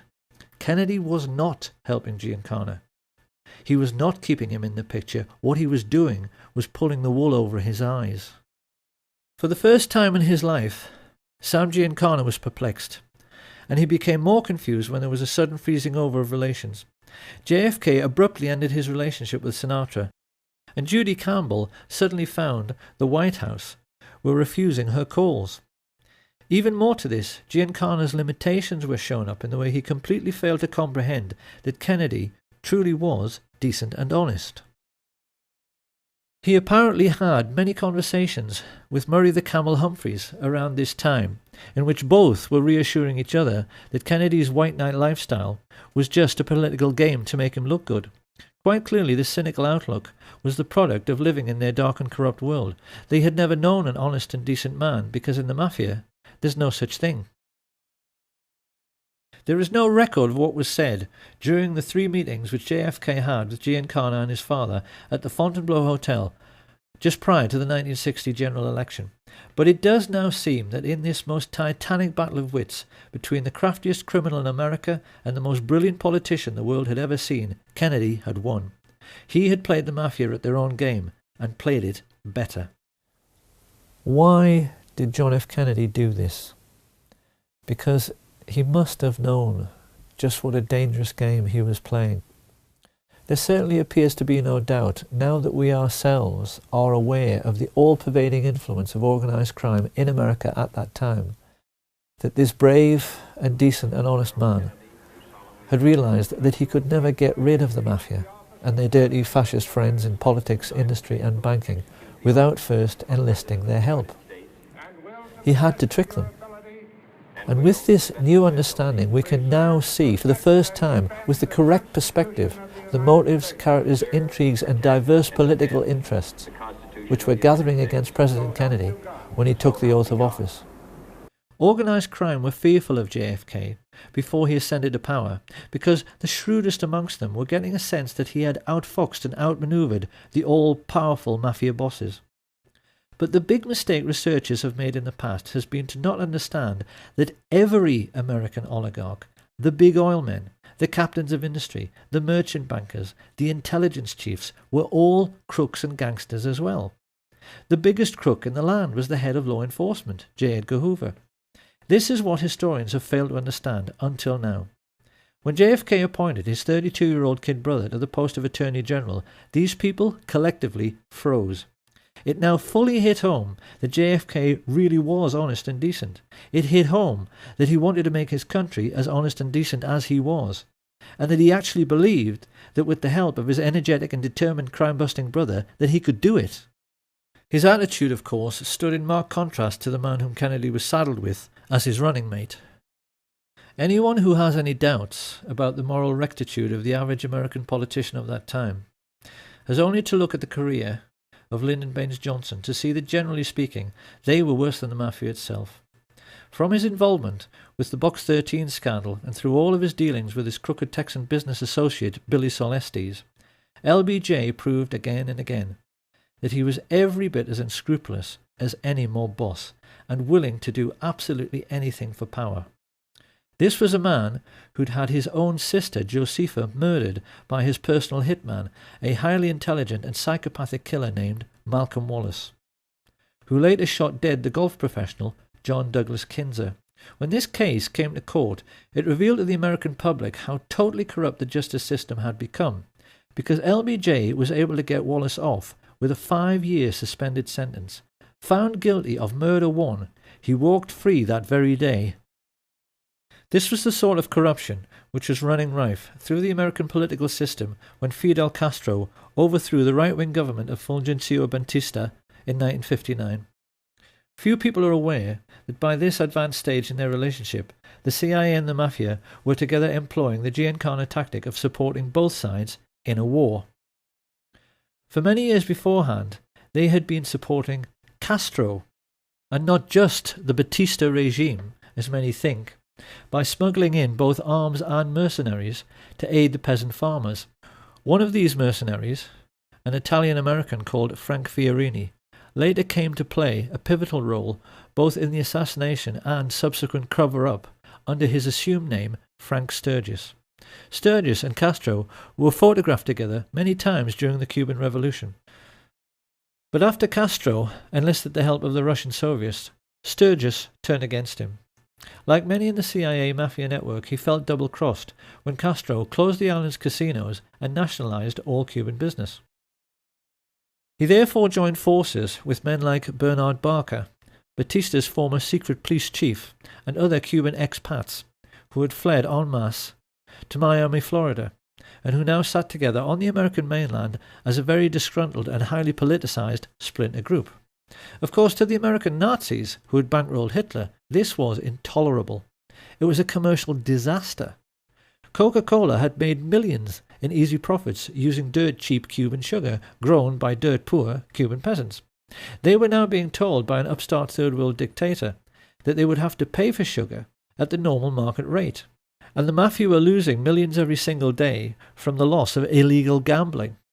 America's Nazi shadow government therefore decided that someone was going to have to mould this loosely knit group of disgruntled anti-Castro Cubans into a crack invasion force to retake the island. Having put their heads together, Dulles and Harriman and Richard Bissell decided this would be an excellent job for Prescott's eldest son, George Herbert Walker Bush, a chance for him to prove himself, along with one of his Texas oil business associates, Jack Alston Crichton. Together, these two recruited and trained the Cubans for several terrorist groups known as Operation 40, Alpha 66, ZR Rifle, and Operation Mongoose. Renegade bands of merciless assassins who would kill Castro and who could later be counted on to eliminate any other third world leaders who dared to interfere with American commercial interests. It was this diverse and unsavoury stream of political intrigue which produced President Kennedy's first great political crisis, the Bay of Pigs, in 1962. By this time, JFK was well aware that the CIA was something much more like a private firm or a family. He wasn't surprised when they invaded Cuba without his permission, because he knew they were totally out of control. His antipathy led him to cancel the promised air support, and inevitably the invasion failed. The anti-Castro Cubans were mostly captured, and Kennedy then tried to add insult to injury by ordering J. Edgar Hoover's FBI to close down the camps where the Cubans were trained. He even allowed Khrushchev, the Soviet leader, to inspect the camps to see they were closed, so this could never happen again. Having only just escaped with his life at the Bay of Pigs, it was pretty clear that Frank Sturgis was more than a little annoyed. He was scared because Khrushchev says, don't do this or we're going to do that. You know, so he didn't do it, and he deserted the Bay of Pigs. I was involved in the Bay of Pigs. A lot of people, friends of mine, that were killed in the Bay of Pigs. And I resent that. Don't play political games with me. I'm a military man. I'm a soldier. I go fight. But damn it, if I risk my ass out there and I'm getting shot at, I don't want some stupid-ass politician to go ahead and make deals behind my back where my people, or maybe myself, are going to get killed. I don't like that. This, then, is how the stage was set for the Kennedy assassination. And when one remembers the colossal number of ruthless and hideously brutal men who had created this situation, it's perhaps a little ironic that a peripheral figure in the cast of characters who actually put the plot together was an attractive young woman. 19-year-old Marita Loren's love affair with Fidel Castro and her subsequent recruitment as a CIA assassin by Frank Sturgis to kill him is a very well-known story because it was made into a feature film. In spite of her failure to kill the Cuban leader, Lorenz continued to associate with the assassination squads trained by the CIA, and it was largely her testimony in the Spotlight magazine trial after a skillful cross-examination by Mark Lane, which gave us a window through which we can now see who really participated in the Kennedy assassination and who was really behind it all. First of all, after the Bay of Pigs invasion, Kennedy had fired Allen Dulles, Richard Bissell, and General Charles Cable for essentially using the CIA as their personal hitmen, after he found out that Robert Mayhew had sought Sam Giancana's permission to talk to his underboss, Johnny Roselli, about the possibility of a hit on Fidel Castro. Here you have a government agency, funded by the American taxpayer, associating with the very organised crime racketeers JFK was trying to put in jail, for the purpose of carrying out political murders. The president was incensed. Historians have never been surprised that he vowed to smash the CIA into 1,000 pieces. It hardly takes a genius to see why the CIA wanted to kill him. What is more, Jack Alston Crichton and the lifelong friends of Allen Dulles, the Bush family, had just recently purchased exclusive access to 15 million acres of Cuba, almost half the entire island, in order to drill for oil. When he came to power, Castro reduced this to a mere 20,000 acres, a colossal investment which now failed and which led to Crichton's CVOVT Oil Exploration Company being delisted from the stock exchange at a loss of $30 million. Crichton and George Bush's friends, the Texas oil billionaires, Clint Murchison and Haroldson Lafayette Hunt, also knew that Kennedy wanted to end their most vital tax break, the oil depletion allowance, and their bosom buddy, Vice President Lyndon Johnson, was standing at this time with one foot in jail and the other on a banana skin due to his involvement in the corruption scandal now breaking around his favourite assistant, Bobby Baker. LBJ knew his life was finished if Kennedy lived, and he would become president himself if Kennedy died. So his involvement in the plot is hardly difficult to understand. And even more to this, the heads both of the US military and the military-industrial complex which supplied them, exactly the same Nazis who had supported Hitler in World War II, were fully aware that Kennedy wanted to pull out of Vietnam in a move which would have eventually cost them billions in lost weapons sales. This circle of thugs and pirates was completed by LBJ's next-door neighbour, J. Edgar Hoover, who had himself invested millions in Clint Murchison's oil business, just like his mafia associate, Vito Genovese. Stepping back to look upon this rogues gallery, it really is remarkable how Kennedy had managed to make an enemy out of every single dirty hood, every corrupt politician, and every single Nazi businessman living in the country at that time. It is highly misleading even to see these groups as separate, because the truth is that they were all brutal fascists, who saw nothing wrong in killing to get their own way. The question now was, how were they going to get him? Because we must never forget that generals, admirals, mafia dons, intelligence chiefs, corrupt politicians and oil billionaires are only people. None of them wanted to go to the electric chair for conspiracy to murder the president. They knew that they had to put together a plan which could not fail to both kill Kennedy and then cover up afterwards the fact that they did it. They knew that in men like Frank Sturgis, his Cuban assassination squads, and the mafia hitmen working with the CIA, they had a huge pool of killers to choose from who were ready, able and willing to do the deed. All the same, how could they possibly get to Kennedy? Because they knew that, at least in Washington, all American presidents are extremely well protected by the Secret Service. The most important first step was to engage the age-old mafia tactic of finding a patsy. To this end, they turned to George de Mohrenschildt, a very sophisticated exiled Russian count and CIA agent, who was close friends in the oil business with George Bush and the Texas oil men. They were aware that they needed someone like Giuseppe Zangara, who appeared to be a low-life, discontented misfit. So they chose a low-level CIA operative who had been groomed precisely in order to appear to be a low-life, discontented misfit, enter Lee Harvey Oswald, who was carefully handled by de Mohrenschildt as he was placed like a chess piece in the Texas School Book Depository. With the patsy selected, the combined heads of the American Nazis now sat down together to discuss their problem. How do you kill a man? Riding in an open car on a public street in front of hordes of people without being seen. And then, how do you cover up forever afterwards the fact that this was a conspiracy and not the work of a lone nut? The plotters were keenly aware that it was the second question which posed the biggest problem. The professional military men like Colonel Ed Lansdale and Admiral George Berkeley, Kennedy's personal physician, were well aware that there are any number of ways to hide or disguise a sniper: behind trees, inside other vehicles, behind windows in office buildings. But this was a plot which had to have an absolute guarantee of success. If a squad of riflemen were all to fire at their target at the same time, this would certainly guarantee the man's death.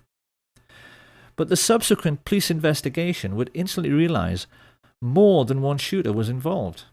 A team of gunmen all firing together might actually blow Kennedy's head clean off. A single sniper couldn't do that. So what were they to do? It was during these deliberations that a macabre thought first registered. They would have to control the body after the shooting in order to make sure that all physical evidence available to police forensic scientists conformed to the scenario of a single assassin. And just how in the hell were they going to do that? By way of preparing the ground, Sam Giancana now ordered Richard Nixon's political associate Jack Ruby to keep Oswald snug under his wing, and then to set about hiring the best local riflemen, preferred candidates being men like his close friend Charles Boyd Harrelson, the father of Hollywood actor Woody Harrelson, who had proven his hitman credentials by shooting dead dozens of men for money. He then turned to his mafia associates Carlos Marcello and Santos Trafficante to supply the best gunmen from their cities, while he himself instructed the well-known underboss Tony Accardo to give the Chicago end of the contract to Giancana's favourite and most trusted hoodlums, Charles Nicoletti and Milwaukee Phil Aldericio. This pair had to be flown in 1,500 miles to the ranch of mafia hood Peter LeCarvelet, and then driven the remaining 600 miles to Dallas. It had been agreed with Giancana's and Genovese's oil business partners H.L. Hunt and Clint Murchison that every gunman would be paid $50,000 for the hit, and that the oil men would stump up the cash, so there was no way of tracing it back to either the mob or the CIA. For their part, Jack Crichton and George Bush were trying to lay the groundwork at the street level with the mayor Earl Cable, the brother of CIA chief Charles Cable, whom Kennedy had fired. Both the Cable brothers were crucially important in the development of the fine details of the plot, because they agreed to allow Crichton and his associates George Lumpkin, the Dallas police chief, Lieutenant Colonel George Whitmire, and Harry Weatherford to make use of their 488th Military Intelligence Detachment, a privately funded part-time intelligence force which had amongst its ranks many members of the John Birch Society, the Ku Klux Klan, and around half of all the serving police officers in Dallas. The plotters realized this was a masterstroke, because it meant they could control the streets and the crime scene, but they also realized that when the shooting occurred, the response of at least half the police on duty would appear to be completely genuine. And yet for all this intricate planning, involving, as Sam Giancana later admitted, dozens of men, the American Nazis were aware they still had a problem. Getting the snipers into position and coordinating their fire by radio was not too difficult. It's something the military do every day.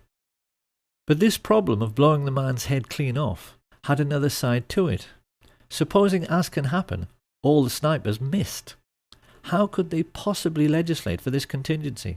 You see, being a professional sniper is a lot like being a professional golfer. Everyone knows that, generally speaking, a golf pro on a par 3 will hit the green. But even the world's best occasionally miss by a wide margin, and the same can happen to any rifleman. We can be quite certain that the guiding brains of the American Nazis, Allen Dulles and David Atlee Phillips, in order to cover this eventuality, must have at least considered having one assassin run up to the limousine to attempt a point-blank range mafia-style shooting should the others miss. But then another problem appeared. Supposing their assassin couldn't run quick enough to jump on a speeding car. Little by little, the realization hit home. The plot could even wind up looking silly and themselves ridiculous. There was only one answer. They would have to control the president's protection, the Secret Service. Marita Lorenz testified under oath that in late November of 1963 she drove from Miami to Dallas, Texas with Frank Sturgis, followed by a backup car which contained a stash of weapons. Travelling along with them were Jerry Patrick Hemming, an American mercenary like Sturgis. Were you ever offered money to assassinate President Kennedy? Directly, on numerous occasions. Two Cuban brothers, Ignacio and Guillermo Novo Sampol, a Cuban pilot called Pedro Diaz-Lanz, and his friend Orlando Bosch. At first Marita assumed this was to be just another arms smuggling engagement, just like many others she'd been on with Sturgis before. However, when they reached their Dallas motel, they were visited by someone Marita had met many times before, CIA agent E. Howard Hunt, who stayed almost an hour and paid Sturgis with cash stuffed in a very large envelope. This was the evening of November 21st, 1963, and Marita began to get worried. She knew that President Kennedy was visiting Dallas the next day. Becoming concerned, she pressed Sturgis as to the real purpose of the visit, and when he told her that for this one time it had to be confidential, she decided she wanted out. Marita had no way of knowing that a great number of other people had made similar journeys that day. CIA pilot Tosh Plumley flew several assassins into Dallas Love Field without even being told who they were.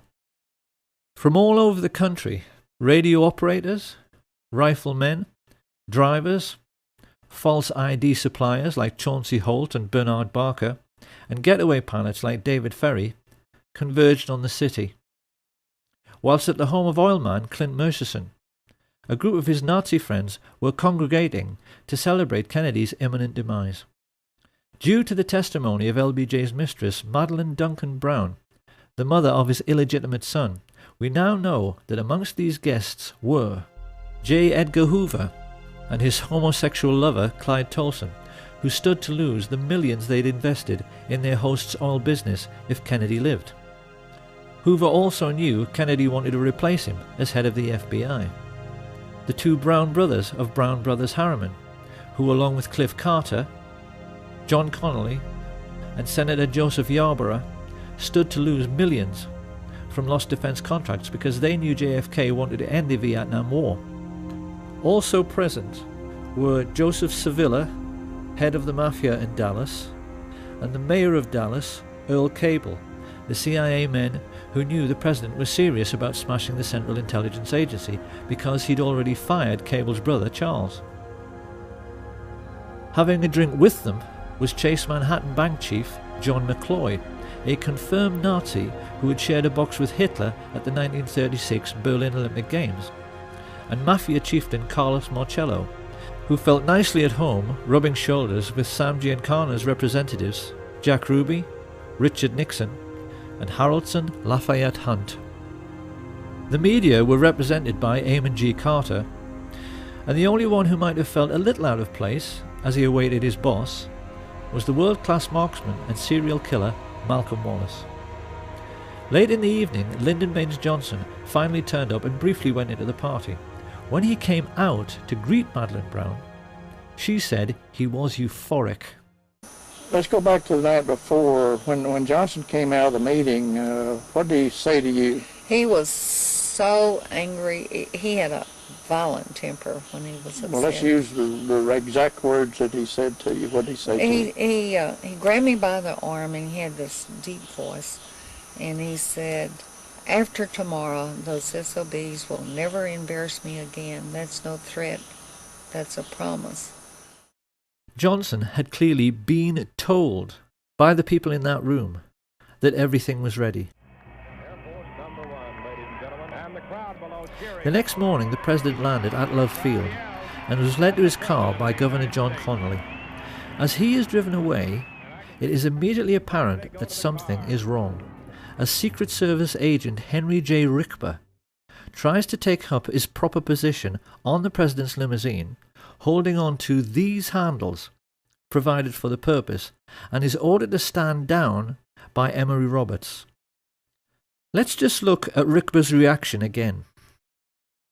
He is quite clearly disgusted. Why aren't they letting him do his job? And as the car glides into Dallas, we can now see how the removal of his Secret Service protection has opened the President up to a field of fire from almost any direction.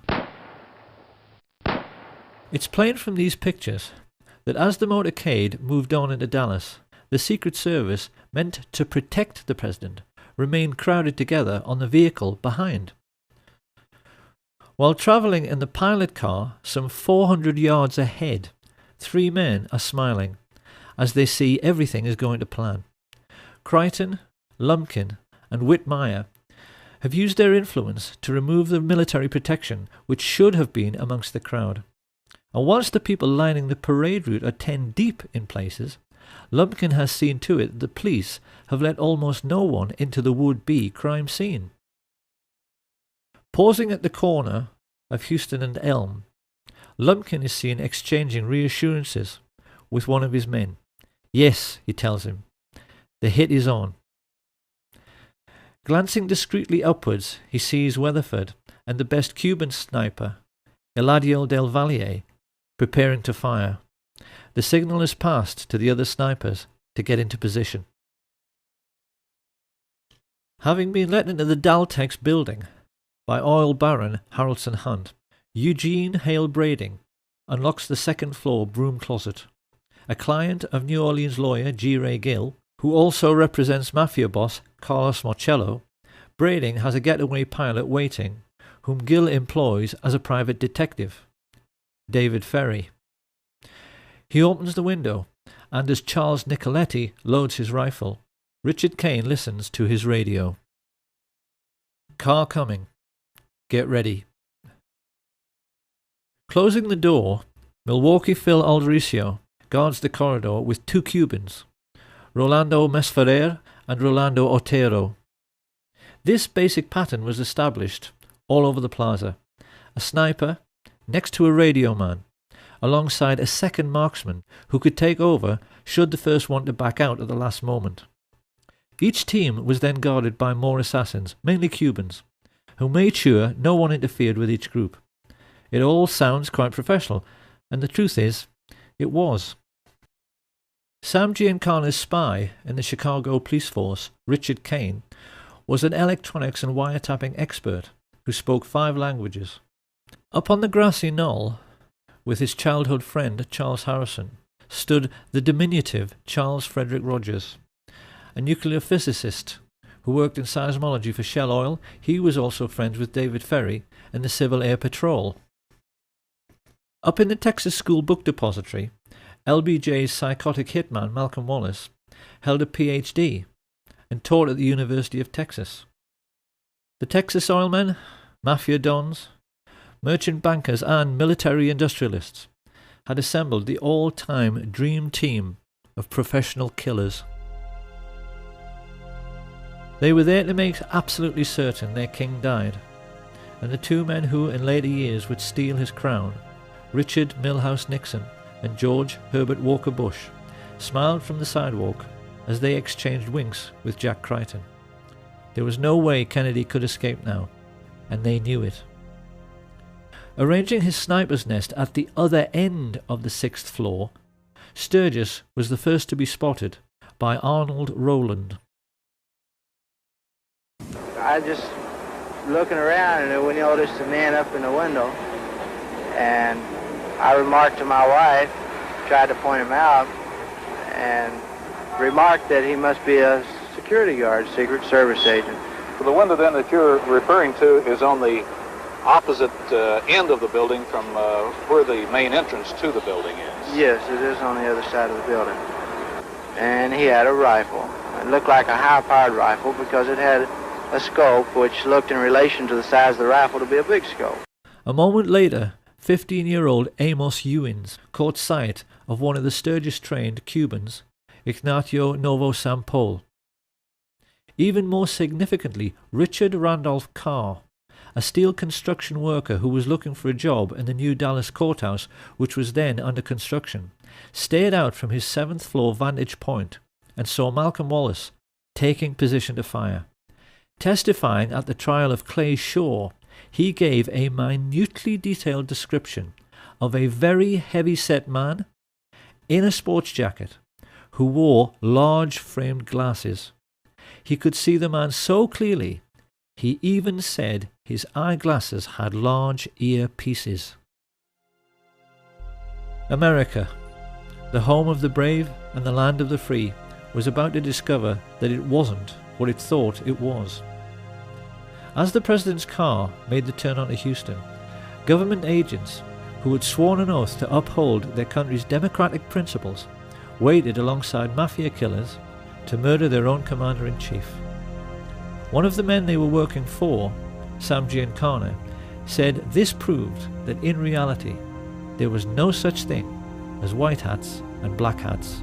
That notion, he said, was just a sham for saps to cling to.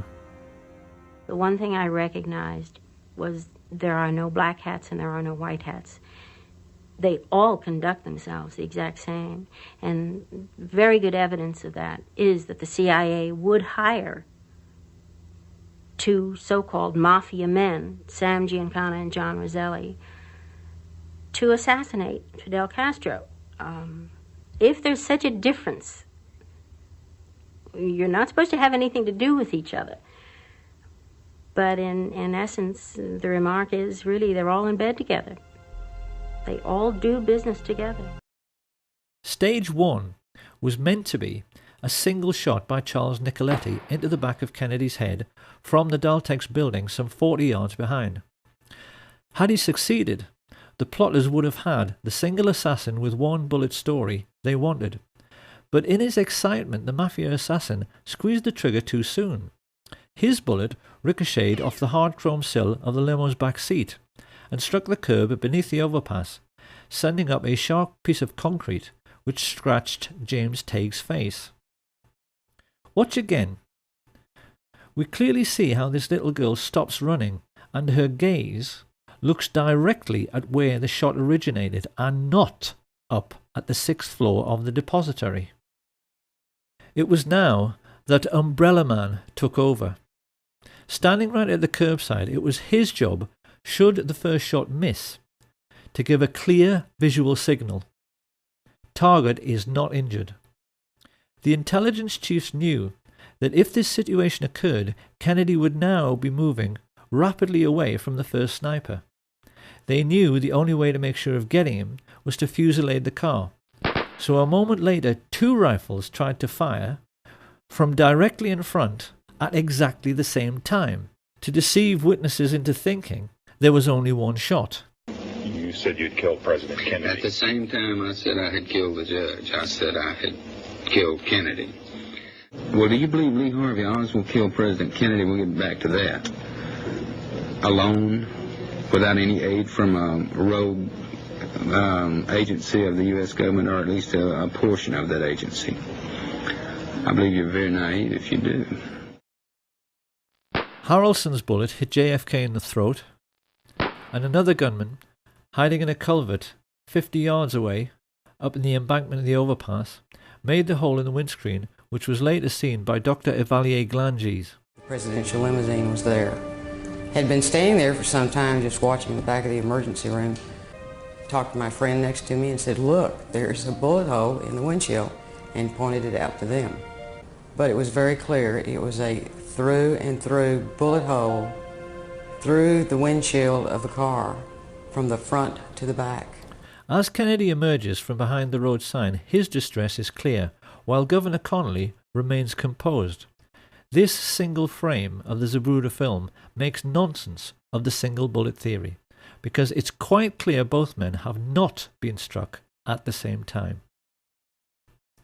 Kennedy has now passed through 2 layers of fire and has not been hit in the head.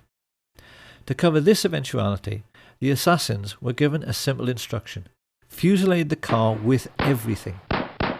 So that in the next few moments, the 5 remaining riflemen fired, causing the Secret Service agent riding in the front passenger seat, Roy Kellerman, to report a feeling like a jet sonic boom as the hail of bullets whistled into the car.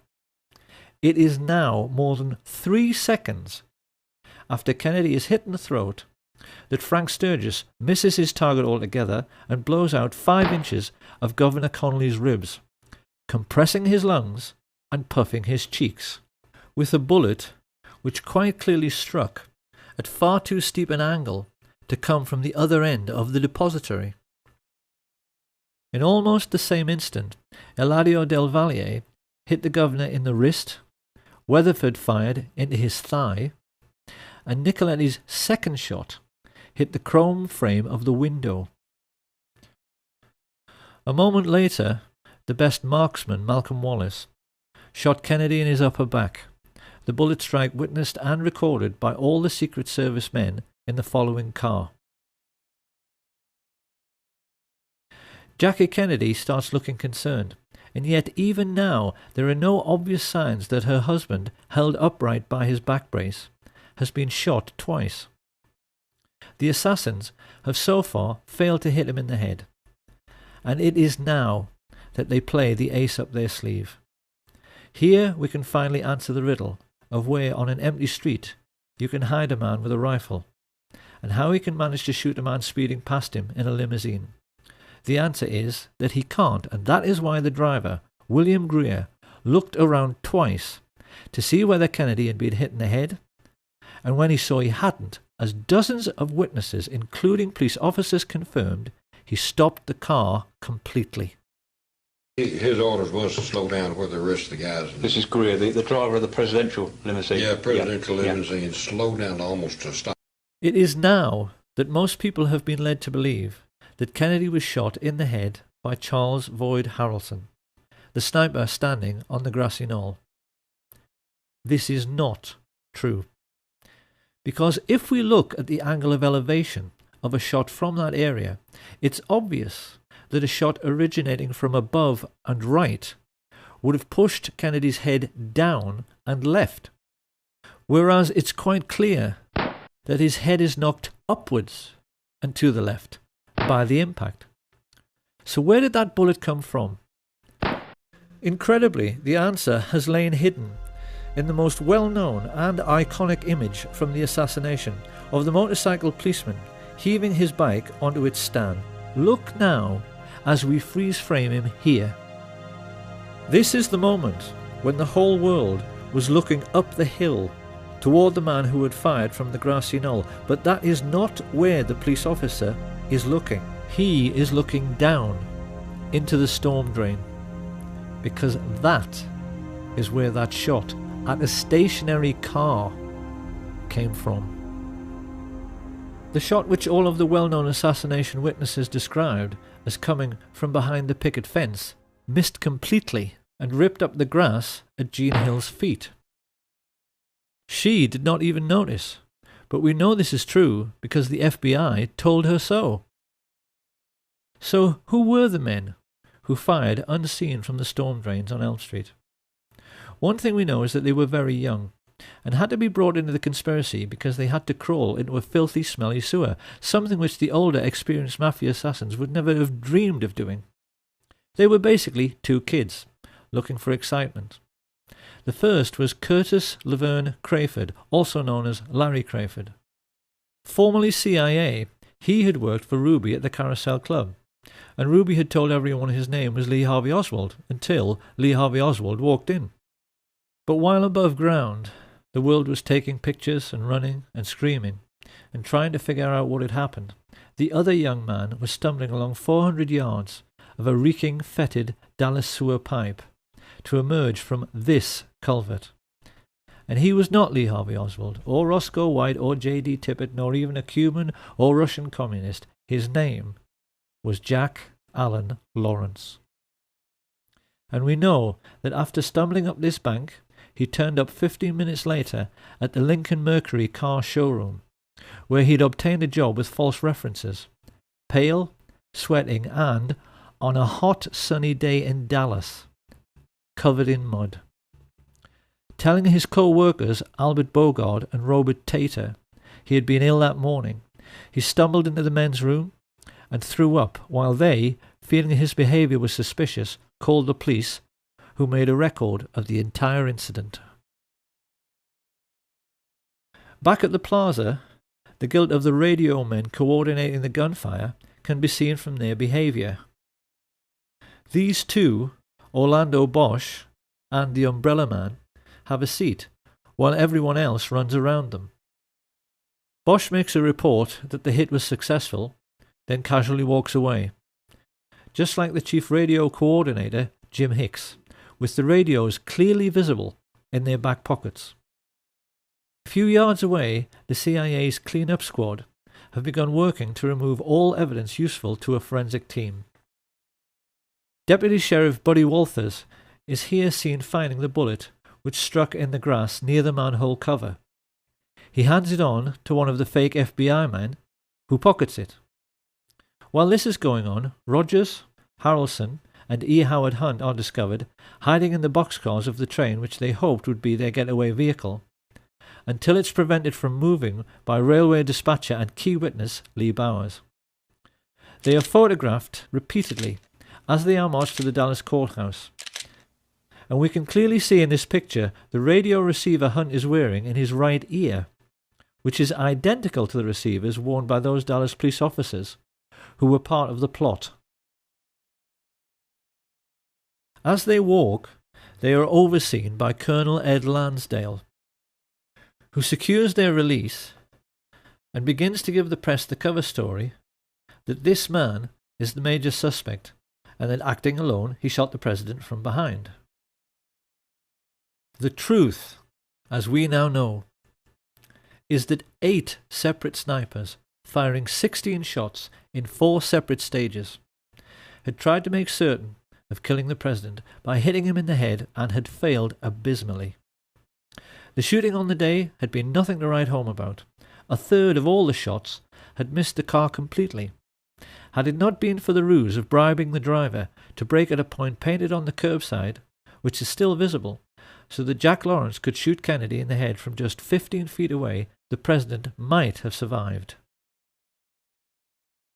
So now we must address the question, why does the Zapruder film not show this very obvious setup of the limousine stopping for the headshot?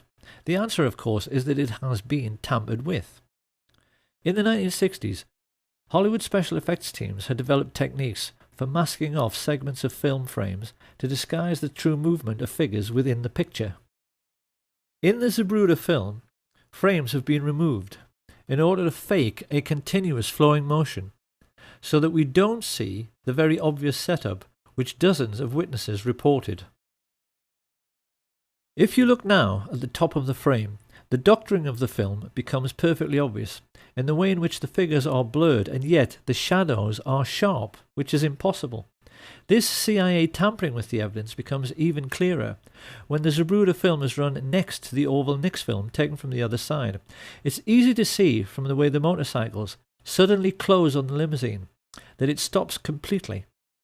And we can see that frames have also been removed from the Nix film by the way in which Agent Clint Hill appears to move sideways while running forwards before leaping on the car. As the mad dash to Parkland Hospital begins, the chief coordinator in the assassination plot, George Herbert Walker Bush, casually relaxes with hands in his pockets at the entrance of the school book depository. Now this is going to be one of those all too familiar Kennedy assassination moments in which people will say, well, yes, it could be him, but how can we be sure? Because we've seen this kind of thing before with Badgeman.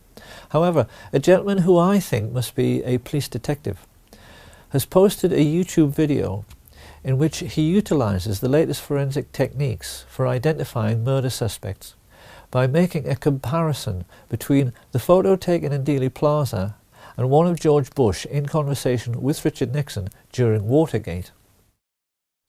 This man points out that this person has exactly the same skull shape, exactly the same hairline, chin and nose as George Bush. He is also wearing the same type of suit, white shirt and exactly the same type of tie. He is exactly the same height, the same weight, is wearing clothing which matches down to his shoes, but most importantly, he has a characteristic mannerism of cocking his right wrist when he puts his hands in his pockets. We know from this declassified FBI memo that George Bush was in Dallas, staying at the Sheraton on November 22nd. So can there be any doubt about this person's identity? Surrounded by the corrupt policemen he was coordinating, Bush knew already that if an honest officer should happen to catch one of the assassins, it would, because of what Mark Lane rightly calls plausible deniability, make no difference.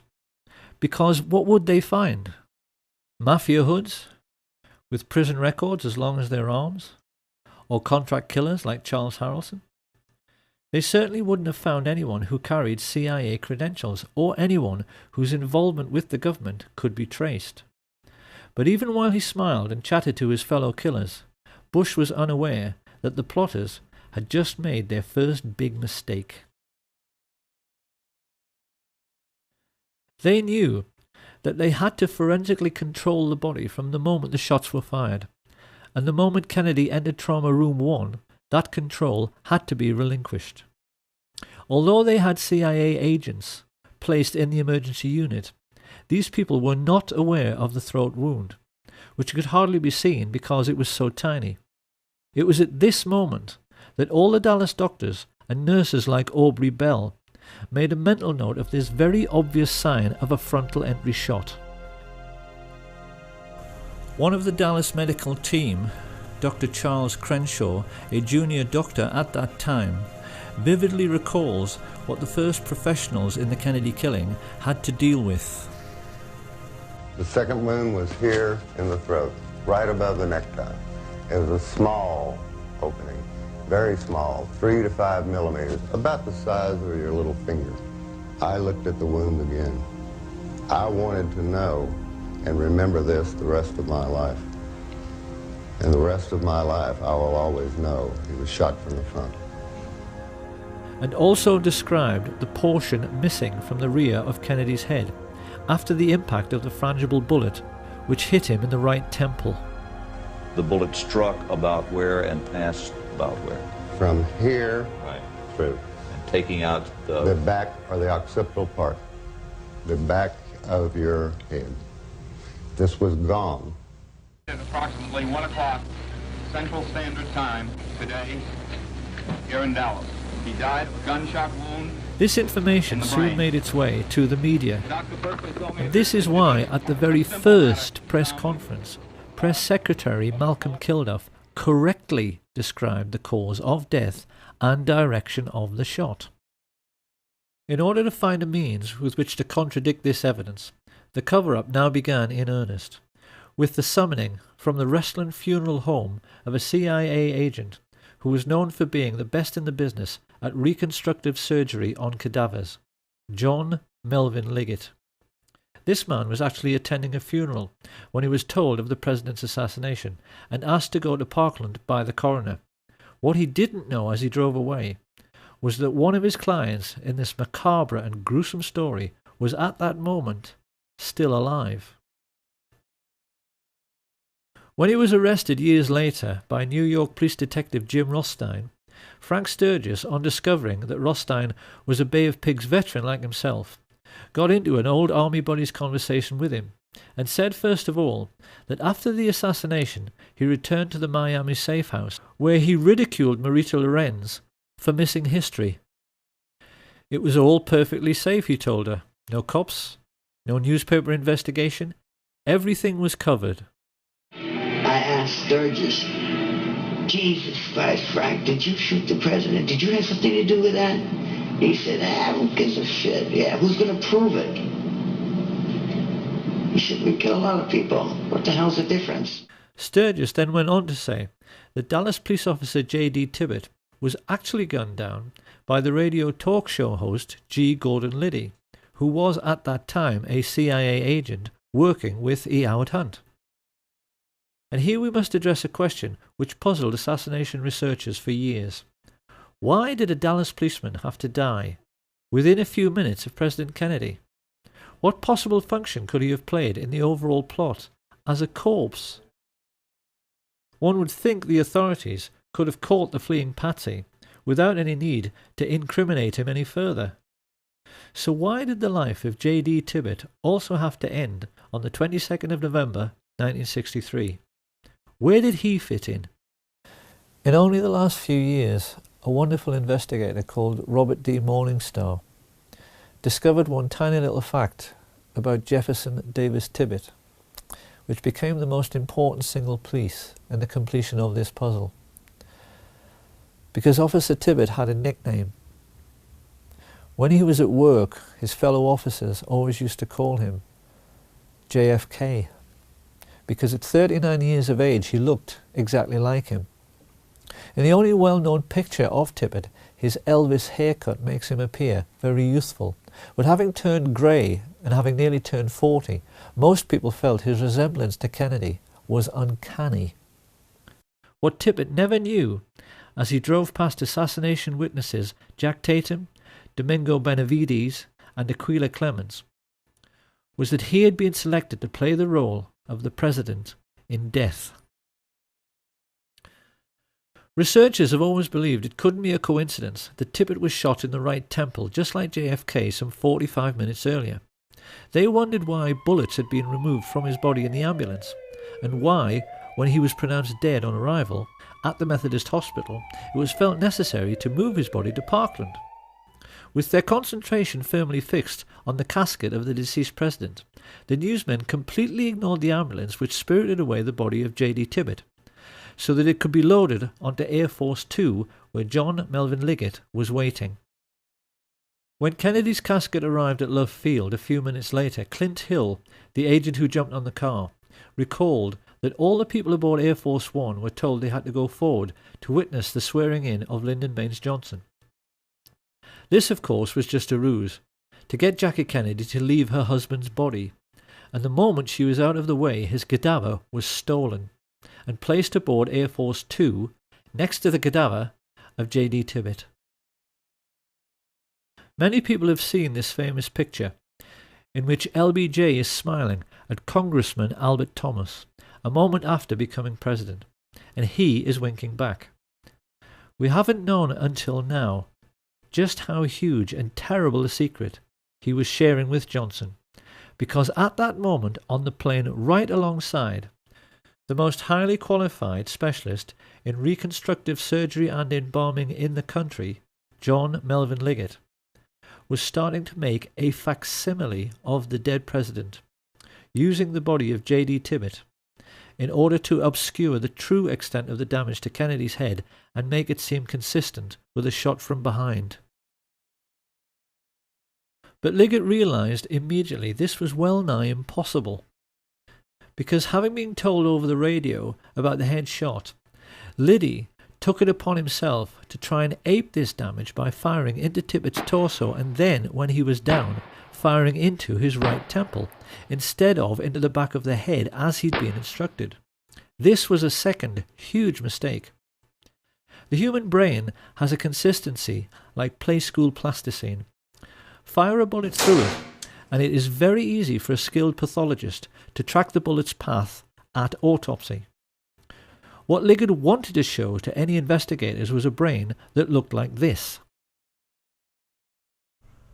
What he had was one brain which looked like this, and another which looked like this.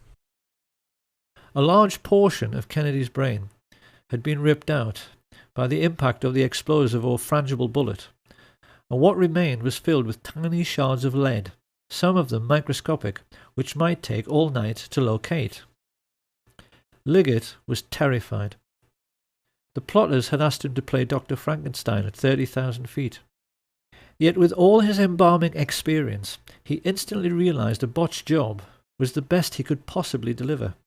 In his panic, he sawed off Tippett's skull and simply ripped out the entire brain to at least make sure no one could track the bullet which, after Liddy's error, had so obviously come from the wrong direction. He then compounded Liddy's error by making a large hole in the rear of the head to ape the damage to Kennedy's head. With this done, he rebuilt the skull, hurriedly sewed the scalp back together, and then set about the gruesome task of trying to make the cadaver of J.D. Tippett more closely resemble the cadaver of John F. Kennedy. By shaving eyebrows, bringing forward Tippett's slightly more receding hairline, filling in missing segments of both heads with plaster of Paris, and rebuilding portions of the flesh with wax. Liggett performed this ghoulish service while the aircraft he was on, Air Force 2, went through the usual procedure of leapfrogging Air Force 1 to arrive at Andrews Air Force Base slightly earlier. He wasn't given long enough, and in the rush to get finished, the plotters now made their third and most stupid mistake. Instead of placing Tippett's body in a casket identical to the one aboard Air Force 1, they placed him in a Spartan grey metal coffin inside a body bag. As the TV media showed these distressing pictures to a world reeling in shock, it's hardly surprising that no one ever dreamed this casket could be empty, but it was. As it was driven away, out of sight of the media, the two bodies were taken from Air Force 2 and loaded onto a helicopter. It was at this point that the two honest men, FBI agents Francis X. O'Neill and his partner William Siebert, became crucial figures in the story. They explained to researcher David Lifton that they made the journey to the Naval Hospital at Bethesda in the car behind the hearse which carried Jackie and Bobby, and most notably Admiral George Berkeley, who made sure he stayed with the empty coffin by sitting on another man's lap. Upon reaching Bethesda, Siebert and O'Neill said Berkeley then guided the family members into the building while the hearse was ordered to the rear to unload. But that was where the simplicity ended. The FBI men and many other witnesses recalled a scene of absolute mayhem in which no one seemed to know what was going on, and military men were rushing around everywhere, exchanging anecdotes about decoy ambulances they had been ordered to follow, which had become high-speed chases around the hospital grounds as these vehicles raced away. It seems this confusion was created with the intention of misleading both the press and the large respectful crowd which had gathered on the lawn. People were asking each other which ambulance contained the president's body. Then a rumour started that it was coming by helicopter, but which one? Everyone watching that night recalls the air was filled with them, and the FBI men also told Lifton that in the midst of all this mayhem, they helped to carry the casket inside. This was flatly denied by the team of Navy men who said they did it alone. It is therefore perfectly clear that two bodies were brought to the morgue separately whilst confusion reigned. And it was now that the plotters themselves became confused by the mayhem they had created, because they left J.D. Tippett's cadaver in the wrong casket. It should have been switched and gone into the autopsy room in the large expensive casket used in Dallas. I helped put President Kennedy's body in a bronze ceremonial casket on November 22nd, 1963 at Parkland Memorial Hospital. Instead, mortuary technician Paul O'Connor received a coffin so dull and nondescript no one could believe it had been utilized to transport the body of a president. It was a very plain casket, and when I say plain, I mean it was pinkish gray. It had pink and gray on the sides. There was nothing fancy about it as far as being bronze. It wasn't bronze. The autopsy then became a farce the moment it began. While Siebert and O'Neill made their now famous and entirely correct observation that the body seemed to have undergone surgery prior to autopsy mainly in the head area, Commander Humes himself testified that the moment he touched the head, pieces of the skull fell down onto the autopsy table. That is not possible unless surgery was done before post-mortem. And that surgery could only have been performed aboard the aircraft because there was no other time to do it. Humes then found that he had to try to work with Admirals Berkeley, Galloway and Kenny actually touching his elbows, and became increasingly confused and embarrassed himself at his utter failure to find any trace of the bullets which killed the President. Of course, this was hardly surprising, considering the President lay dead in an adjoining room, and that Liggett had removed all the bullets from J.D. Tibbett. As the autopsy proceeded, O'Connor revealed that Berkeley interfered constantly in the procedure, steering Humes away from the torso, where he would have found the holes made by Liddy.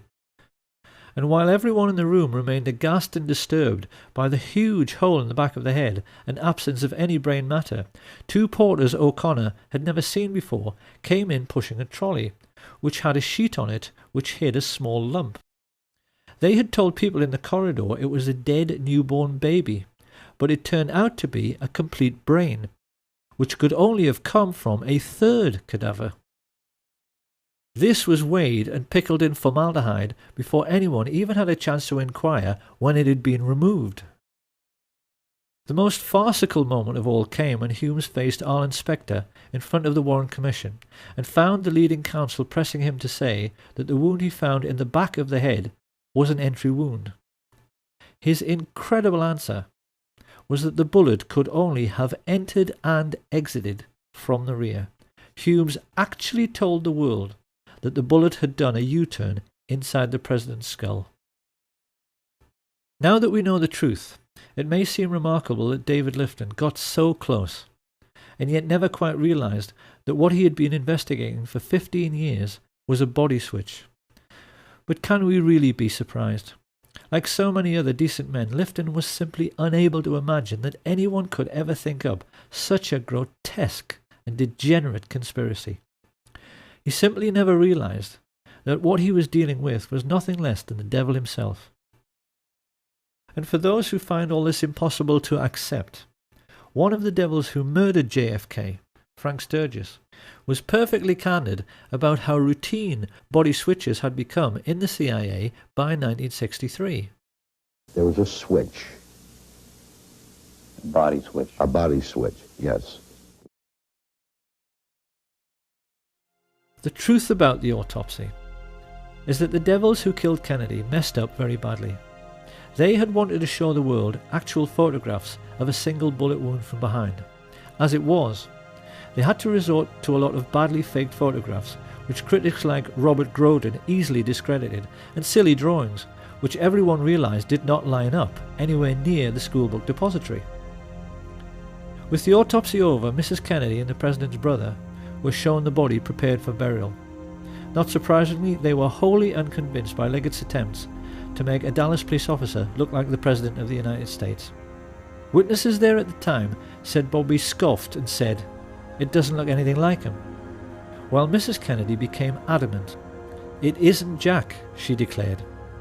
"That looks like something you'd find in Madame Tussauds wax museum."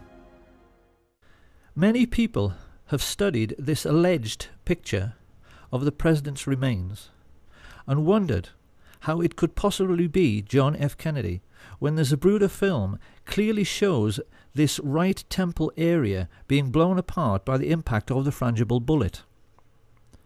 The simple answer is that this is not JFK. It's the corpse of Officer J.D. Tibbett, surgically altered to look like the President.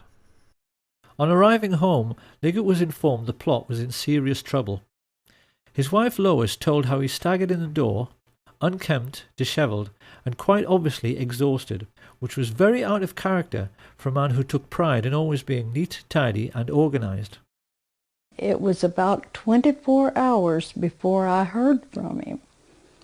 He came home and he walked in the door, and when I saw him, he physically looked like he had really been through a very traumatic experience. His clothes were disarrayed, and that was so out of character for him. And he said, we're going to get out of town for a while until all of this blows over. And that was a quote, because I thought, well, what blows over? Minutes later, they were speeding down the highway towards Corpus Christi, utterly bewildered as to what on earth was going on.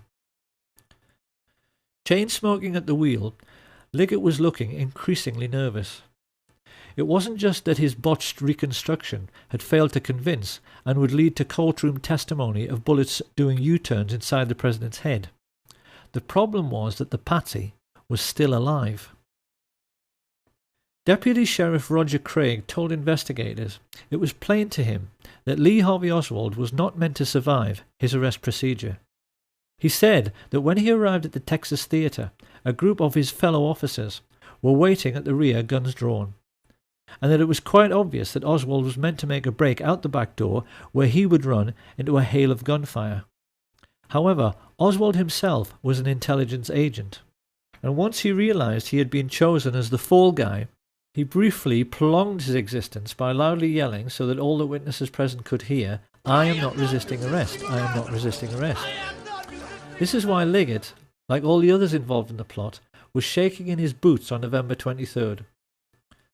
They were all aware that a sharp lawyer could get Oswald released simply by discovering that the chain of evidence had been broken in relation to Kennedy's remains. Once free to talk, and with intimate knowledge of the major players in the assassination plot, he could have gotten the heads of the FBI and CIA, all the military chiefs of staff, the mafia chieftains, and the Dallas oil men all thrown in jail together for murder.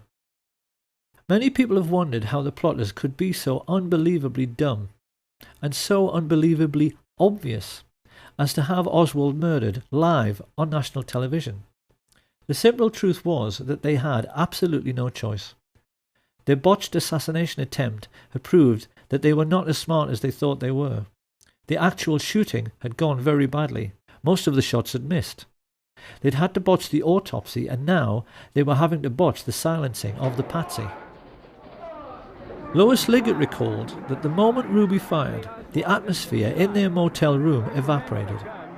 The minute he saw that, he looked at me and said, "Everything's okay now," and you could just see his face. He was like all the pressure had been taken off of him. All of a sudden he was like, sigh of relief, let's go, we can go home now. It was basically, pack your things, come on, we're leaving, now we can go. The family turned around and went straight back home to discover that Mr. Liggett now enjoyed a new vocation. It appeared he had suddenly come into millions, which bought his family a big new house and himself a new lifestyle, which included many wild poker parties at which, among others, he hosted David Ferry. This was not Lois Liggett's scene. She divorced him, heard that not long afterwards he was arrested for murder, and then shot dead while trying to escape. But this was not the end of Liggett's story. His new wife told Lois that the man she buried could not have been John Melvin Liggett, because the corpse she was shown had a moustache and he couldn't grow one. Then many years later, Lois Liggett actually saw her deceased ex-husband in a casino while on a trip to Las Vegas. Quite clearly, this man had been the beneficiary of yet another CIA body switch, and to this day, doubts remain as to the true fate of Jack Ruby, Lee Oswald, John Liggett, and the President himself. Many researchers now believe the plotters may have kept Kennedy's remains as a souvenir and buried J.D. Tibbett in Arlington Cemetery.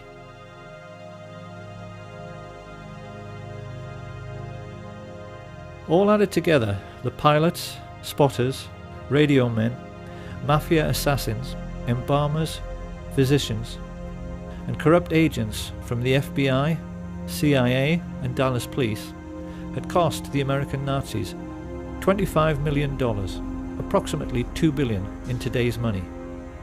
But they could afford it. In the years that followed, they cynically kept the war in Vietnam going by putting in just enough troops so that the line never moved forward or back. And while the American fat cats grew fatter on military-industrial contracts, their mafia friends used the CIA's complete immunity to smuggle trillions of dollars worth of cocaine and heroin around the world. Sir, the Republicans are trying to blame you for the existence of a small air base at Mena, Arkansas.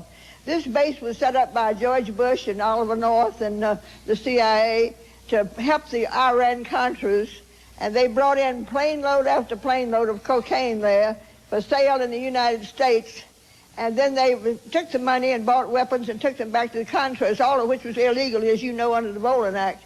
But tell me, did they tell you that this had to be in existence because of national security? Well, let me answer the question. No, they didn't tell me anything about it.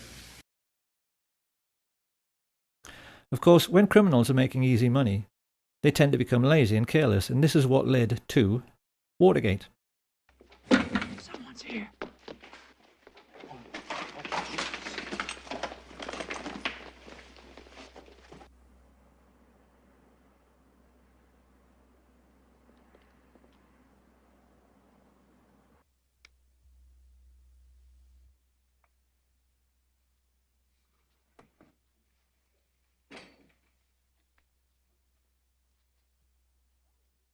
Hold it, you must hold! Police!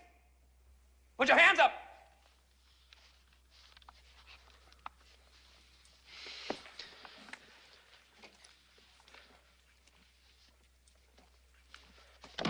Drop that jacket! When the two plainclothes police officers switched the lights on in the Watergate building, who should they find hiding there? Frank Sturgis and Bernard Barker, who were working for E. Howard Hunt, exactly the same people who had murdered President Kennedy 9 years earlier. Sturgis even told the San Francisco Chronicle that the true reason for their burglary of the Watergate offices was to retrieve compromising pictures of CIA men in Dealey Plaza, which the Democrats were going to have published. Of course, somebody had to take a fall for conducting such a woefully sloppy operation, and when Howard Hunt found himself in prison for 33 months, he rather turned against his old friends for making him into the patsy on this occasion. He began sending messages to President Richard Nixon that he might just tell all he knew about what really happened in Dallas on November 22, 1963. And one of Nixon's presidential aides, Dean Birch, recalls that when he heard about this, George Bush broke out all over in assholes and shit himself to death.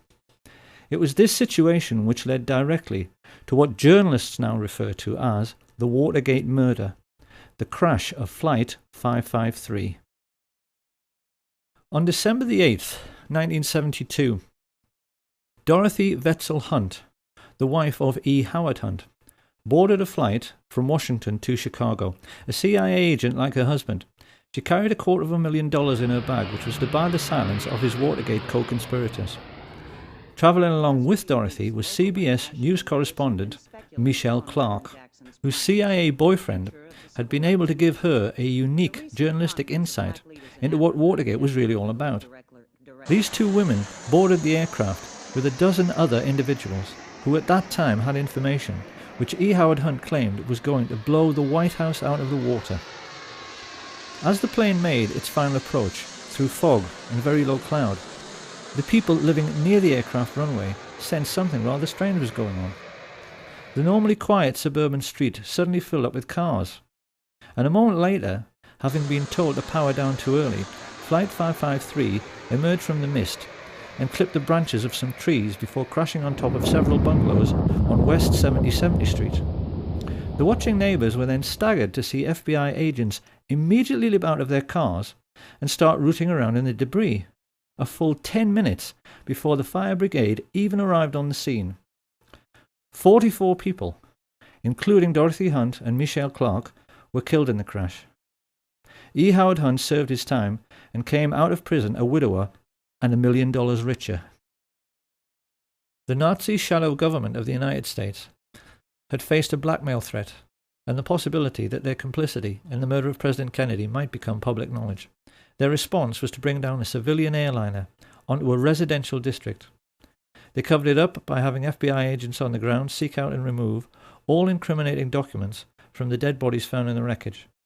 And when the local TV station received an anonymous phone call from a radio ham who had monitored the deliberately misleading exchanges from the Midway Control Tower, which caused 553 to crash, an FBI agent simply confiscated all the tapes, thus eradicating all information pertaining to the accident. This is how the agents of the US government now behave. They function essentially as a goon squad of mercenaries and murderers, hardly any different to Hitler's Gestapo, and are used as a private intelligence service and as personal hitmen for America's richest families, their only role being to cover up the dirty tricks which the rich people are playing on their fellow countrymen every day.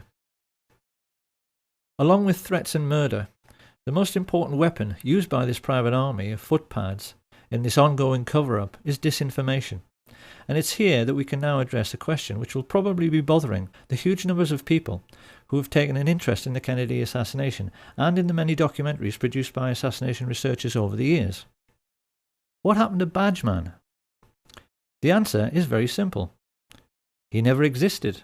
He was simply a phantom, created by the CIA's disinformation machine to lay down a trail which led nowhere. So now another question appears.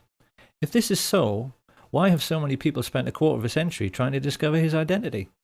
By examining this question, it is now possible to reveal the extraordinary lengths America's rulers have gone to in order to hide the truth about the Kennedy assassination. America's oligarchs grossly underestimated the courage and skill of those who tried to uncover the truth about the Kennedy killing, none more so than the brilliant and tenacious Mark Lane.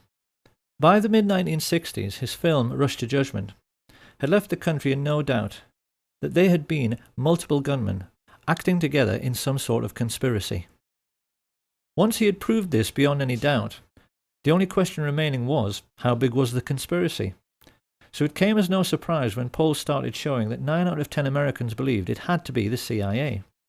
This internal memorandum reveals just how nervous the agency was about this development.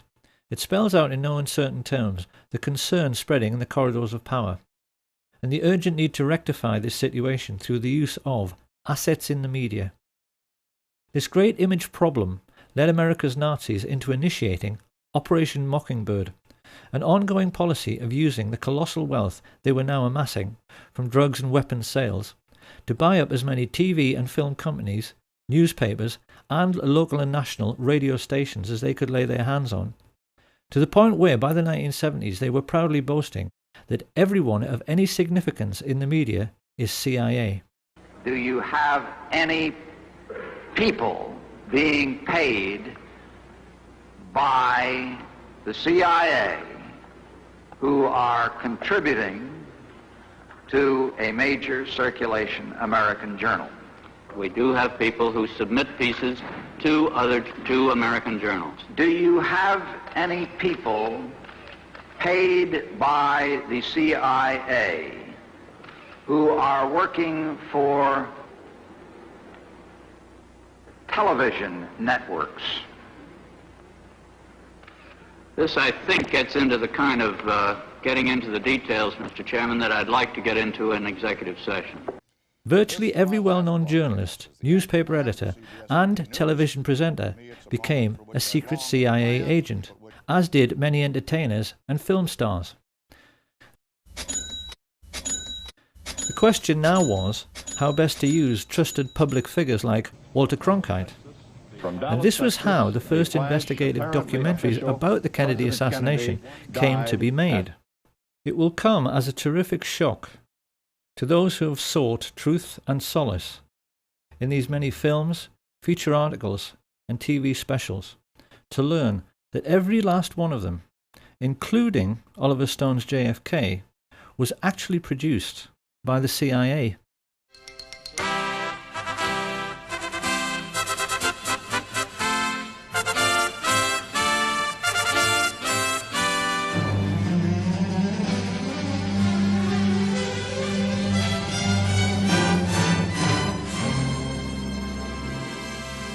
A classic early example of this kind of disinformation was the Nova film, which featured two scientists, Brian Holstrom and Steve Isabel, who found Badgeman in a tiny fragment of the famous Mary Moorman Polaroid through photographic enhancement.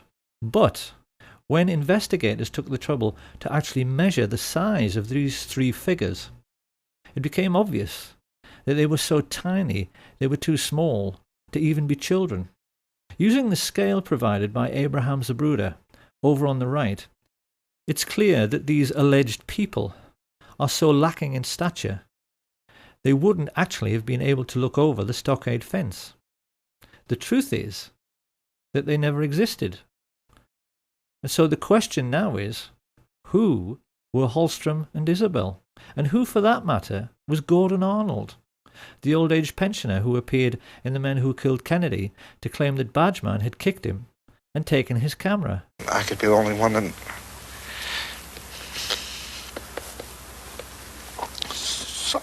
saw the man. The answer is that they were all professional actors, because this is how the devil operates. Devils mix lies with truth in order to make the lies sound more plausible. And it seems that the idea for using actors in this way might very likely have come from E. Howard Hunt himself.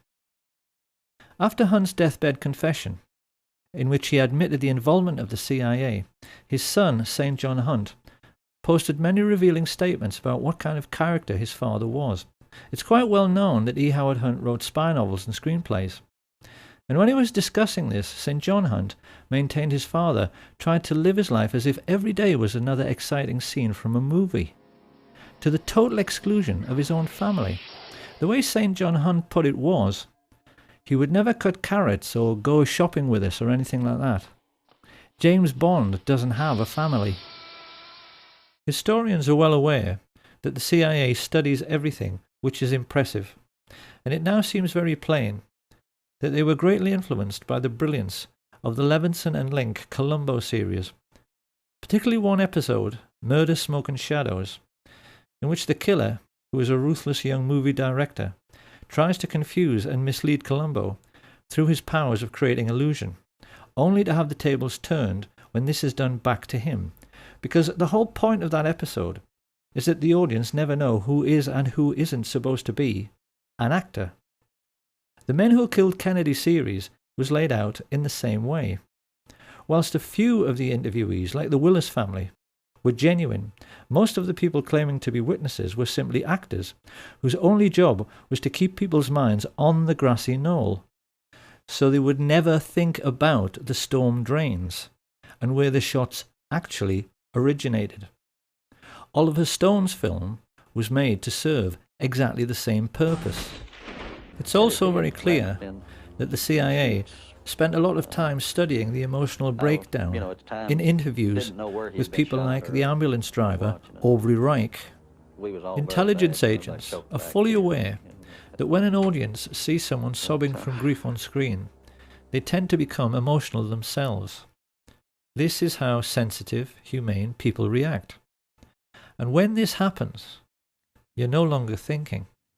And when you're no longer thinking critically, when you suspend skepticism for the sake of emotionalism, you can be fooled. I wanted to tell you why I grieve. But why I don't despair. I'm sorry. Of course, having heard this, people will wonder how anyone could be cynical to such a degree, and it's a perfectly legitimate question, because as we shall see later, this would not be the last time that the American public were fooled by actors sobbing on national TV, and these monstrous fabrications were not confined only to television. Soccer man. In 2003, a book was published called Blood, Money and Power, ostensibly written by Texas law attorney Bar McClellan. This book signaled a shift in establishment policy by claiming that Lyndon Baines Johnson, a natural suspect as the king who might have killed the king, was behind the entire plot, and used his own attorney, Ed Clark, to pay off the gunman. Researchers noticed that at exactly the same time, a lot of information suddenly became available about all the murder plots LBJ had been involved in with Cliff Carter and Billy Solestes. We were then treated to to the sensational deathbed confession of E. Howard Hunt. And in the book itself, the serious researchers found this extraordinary paragraph. Wallace centered on Kennedy's head and fired. The shot went almost 200 feet but was barely low and slightly to the right, hitting the president in the back shoulder blade. The bullet was deflected upward ever so slightly, exiting at the tie knot, the bullet's jacket separating to hit and crack the windshield, the remaining slug hitting the curbing in front of James Tague, an onlooker standing in front of the triple underpass on Commerce Street. The slug knocked cement shards in all directions. A splinter nicked Tague on the cheek. So just exactly what is going on here? This is quite obviously a ludicrous assertion. So what is it all about? What it's all about is that the CIA actually wrote this book. They knew that the critics had been able to laugh loud and long at the single bullet theory because the FBI had had to change their story. At first, they had accepted the indisputable evidence that James Tague was scratched by a bullet as he watched from below the overpass, because they initially claimed that the first shot alone had gone through the president and the governor, making 7 separate wounds in 2 different men. The second shot was the headshot, and presumably the third struck Tague. However, once the Zapruder film and dozens of eyewitnesses made it plain the first shot missed, the FBI had a problem. How could they account for the throat shot, headshot, and Tague shot with just 2 remaining bullets? This utterly ridiculous paragraph was a lame attempt after 40 years to come up with an answer, and the lengths the CIA went to get people to believe it were contrived to say the least. It's first of all the simplest matter to refute this version of events by asking how the CIA could possibly know this is how it happened. The bullets splitting apart in mid-air? Are they saying they had Dealey Plaza rigged with fast-motion cameras, which allowed them to replay the flight of every bullet in slow motion? If so, we'd all love to see those pictures. And even more to this, Barr McClellan's interview became the linchpin in the final episode of The Men Who Killed Kennedy, which was then banned from public broadcasting after a lawsuit was allegedly brought against the History Channel by former Presidents Carter and Ford and their friends Jack Valenti, Bill Moyers, and Lady Bird Johnson. Of course, this was just more disinformation. What the plotters hoped to achieve was that by getting the series banned, but making it available on the internet, the seekers after truth would be duped into thinking it must be true, precisely because it had been banned from mainstream media. It's a double bluff.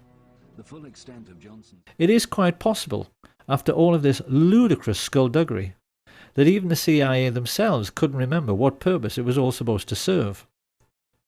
But the general idea was that the public was supposed to swallow the notion that Lyndon Baines Johnson was the primary culprit in this entire affair, because he's dead and can't speak for himself. It is absolute nonsense to suggest any such thing. Lyndon Baines Johnson was, like Hitler and Richard Nixon, a mere puppet of the oil men and the merchant bankers and military industrialists, something he finally admitted to. I can't honestly say that I've ever been completely relieved of the fact that there might have been international connections. You mean you still feel that there might have been? Well, I have not completely discounted. The notion that he was the criminal mastermind behind the Kennedy assassination is simply another disinformation falsehood dreamed up by the CIA. He was most definitely involved in the plot and offered up his personal hitman, Mac Wallace, to be part of it, but the men who actually masterminded the plot were Allen Dulles and David Atlee Phillips, with George Bush being the most important figure in the actual execution of the plan, and even they, in the end, proved themselves to be just as crude and obvious as anyone else in the way they took care of anyone who might incriminate them. On the 22nd of February 1967, Eladio Del Valle and David Ferry were both murdered within minutes of each other, when it seemed they might give information to the Jim Garrison investigation. Charles Boyd Harrelson and Milwaukee Phil Aldericio suffered convenient early deaths in jail, and having been ordered to testify before the House Select Committee on Assassinations, both Charles Nicoletti and George de Mohrenschildt were shot dead at the same time on the 29th of March 1977. Having been scheduled to testify before the same committee, Johnny Roselli met a similar fate. His body was found floating in an oil drum in Dumbfounding Bay, Miami, just after Malcolm Wallace was murdered in exactly the same way as Lee Bowers. On a stretch of empty American highway, his car was forced off the road, then CIA agents smashed his head into the steering wheel until he died, to make it appear like a single-car accident. Not long afterwards, Sam Giancana was shot in the back of the head while cooking sausages, and his spy inside the Chicago police force, Richard Kane, was blasted to death with a sawn-off shotgun in Rose's sandwich shop on the 19th of December, 1973. Absolute proof that George H.W. Bush was the most important figure behind these grisly murders and the Kennedy assassination surfaced quite recently in a declassified FBI memo which revealed he was working for the CIA in 1963 and not from 77 onwards, as he'd always claimed. He had been a lifelong friend of George de Mohrenschildt, who had actually begged him for help when he realized the CIA were trying to kill him. It was therefore rather ironic that when the police checked de Mohrenschildt's wallet, they found an address card, which gave them a direct lead straight to the guilty party had they but chosen to follow it up. It said George Poppy Bush, his CIA code name, Zapata Petroleum, Midland, Texas. It became a farewell note from the man who coordinated the crime of the century, a man whose father, Prescott Bush, had created the CIA in the first place, along with his friends some 30 years before, purely in order to take care of their own business interests. They arrogantly believed they were more intelligent than anyone. But in the end, the means the George Bush-led CIA chose to silence all the major underworld figures who might incriminate them proved to be every bit as crude and obvious as Ruby's killing of Oswald on television. The whole point of George Bush and his Central Intelligence Agency was that they were supposed to be intelligent, and yet in the end they couldn't even fool little old ladies. And who is going to inhibit them? The gangsters that are running this country is going to inhibit somebody. All institutions of the American government are essentially a gangster syndicate, and everybody knows this. So perhaps it's time now to ask what we have learned and how best we can use this new understanding about the West's secret history to evaluate what is really going on in our world right now. To begin with, let's answer a couple of questions which have perplexed many people over the years. A great many researchers and historians have wondered why the Kennedy family themselves almost seem to be aiding and abetting the cover-up by choosing to be so quiet about the assassination itself. After the revelations of Chuck Giancana, there now seems little doubt that this is because they know a full disclosure of Joe Kennedy's dirty political dealings with the mafia would likely leave the Kennedy name in a very tarnished state. Up until now, history has tended to give the Kennedy patriarch a distinguished and squeaky clean image which went along with his appointment as the American ambassador to Britain. Like most things about the ruling class, this image is false, because it's clear that Joe Kennedy was every bit as big a crook as his business associate, Sam Giancana. However, it also seems necessary now to revise the entire history of the Kennedy brothers. The reputation of Edward Kennedy never recovered from the Chappaquiddick incident, in which Mary Jo Kopechne lost her life when she drowned in his overturned car when he allegedly drove off this unlit bridge whilst under the influence. At the time, the public believed this was a married man misbehaving, but it's come to light recently that our old friends Frank Sturgis and E. Howard Hunt were seen in the Martha's Vineyard area just prior to the accident. Once again, it's the same dirty people pulling the same dirty tricks. The media's treatment of this affair destroyed any chance Edward Kennedy might have had of becoming president, and we do now have to wonder if this was yet another example of the CIA controlling public opinion. To the same end, It is also now clear why such venerable institutions as the BBC and other prominent European broadcasters have assisted in the cover-up. They always knew the Kennedy assassination was a can of worms, and that if the whole truth in the story were pursued vigorously, it would lead right back to the gates of Auschwitz and the obscene profits which Europe's royalty and heads of state made from their investments in slave labour. This is a brutal truth which the West must now confront, and an equally brutal problem the United States must now face is the question of what has happened to the US military in the intervening years since it murdered its own commander-in-chief. The answer is that America's armed forces are now completely controlled by the American mafia. The mob don't even need hitmen anymore. They use United States Marines as assassins. They are, as Sam Giancana said, one organization who keep a low profile while they control the world as a business. And in an effort to prove this is so, in 1998, Pastor Rick Strawcutter videotaped a quite remarkable interview with Kay Pollard Griggs, formerly the wife of Colonel George Griggs, who for many years was the head of NATO. He was also an alcoholic of that well-known kind who are shy and unable to communicate when they are sober, but who then cannot stop talking once they have a drink. During the course of a stormy marriage, punctuated by periods of domestic violence, which cost Kay Griggs many black eyes and broken bones, she learned that her husband had been turned into a brutal psychopath as a consequence of his military training, which included induction into what is known as the Pink Triangle, the Cherry Marines. Over the years, far too much has been written about Lee Harvey Oswald. But what is remarkable is that few historians were ever aware that, like most Marines who worked in intelligence, he was homosexually recruited and was part of the same-sex club which included Jack Ruby, George Senator, and David Ferry. Kay Griggs explains that these selection procedures came into the US military when the cream of the death's head sporting Nazi top brass joined the American ranks at the war's end.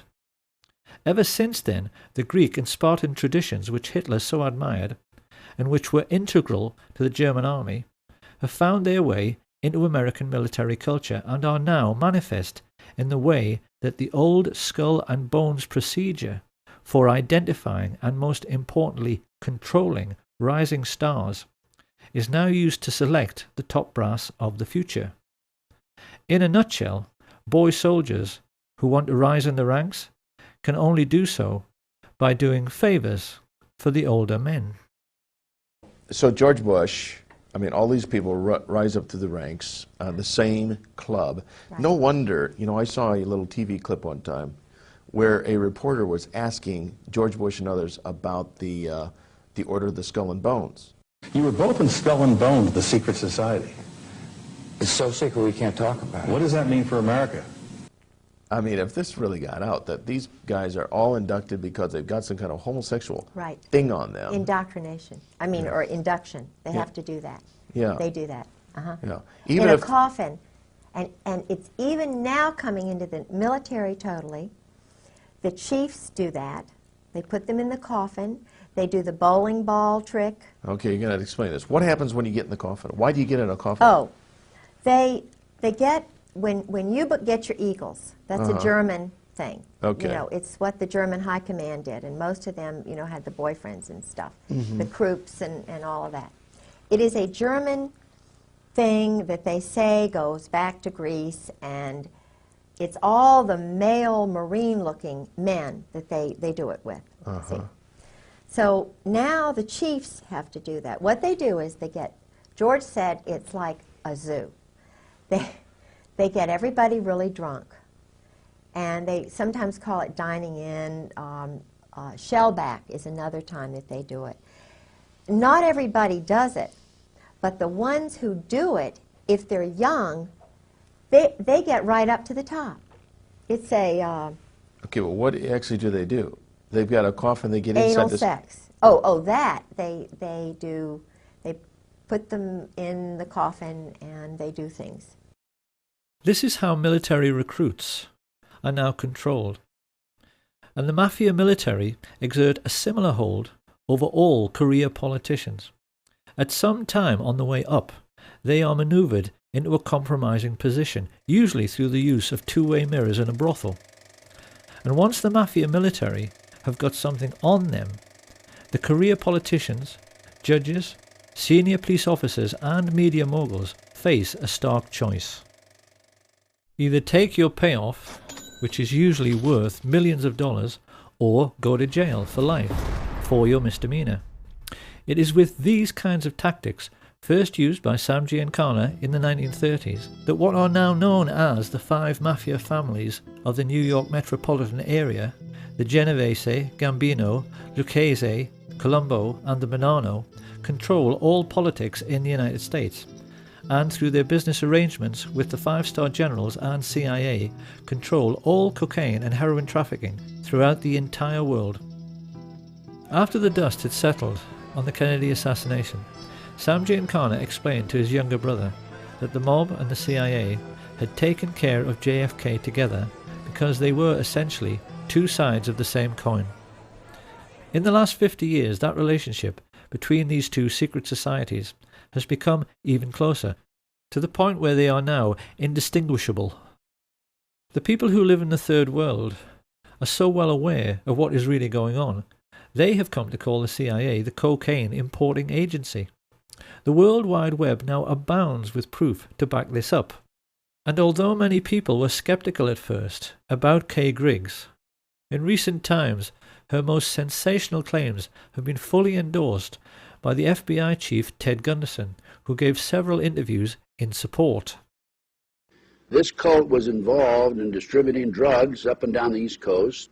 What is basically happening is that the United States military use Air Force bases in Europe to connect with the Third World, particularly Pakistan and Afghanistan, where the poppy fields are cultivated. This is the real reason for the conflict in Afghanistan. It's to protect the record harvests of heroin, which almost ended when the Taliban took power. But they don't tell the soldiers this, and it's a truth you'll never hear on NBC or BBC. Having brought the refined cocaine and heroin into Europe and the United States, it is then passed on to the mafia for sale at street level, sometimes by police officers in uniform. It's an arrangement which nets the generals and the mafia chiefs billions, and the fact that someone of Ted Gunderson's credibility was completely ignored when he went public with this information underlines the fact that our entire mainstream media, as well as the entire justice system, has been bought off. So the question must now be asked, if this shadow government of the world's only superstate can get away with the murder of a president, and through their wealth be in total control of the United States military, media, and the justice system, what else might they be getting away with? Could it possibly be that the serious researchers have been right all along?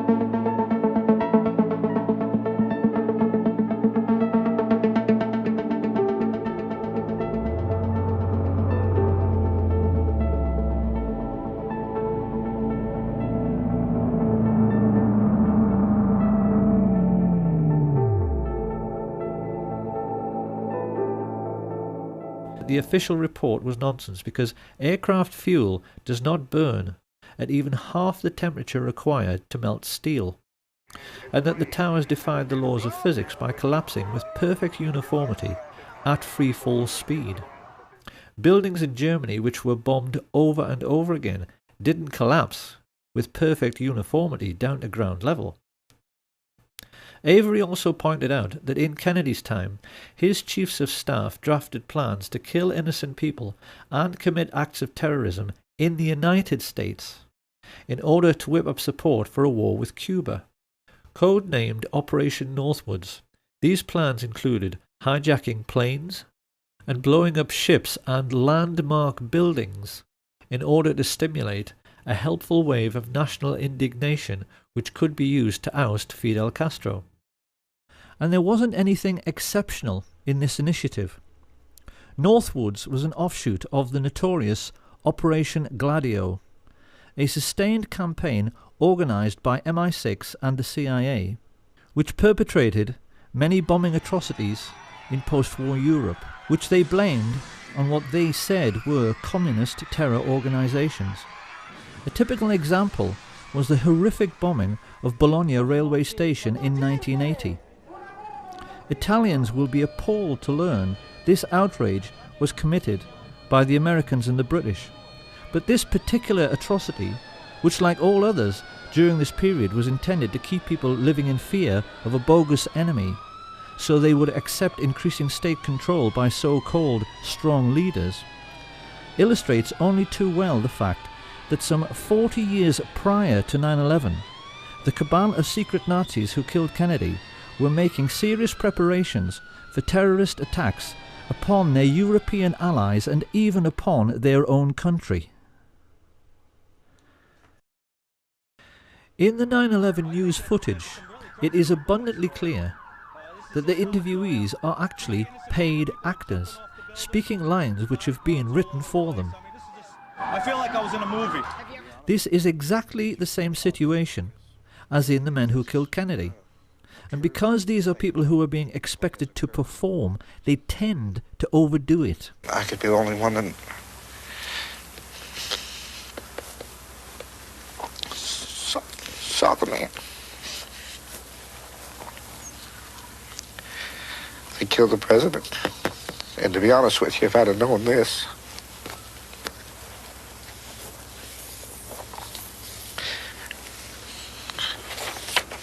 I wouldn't have given the interview.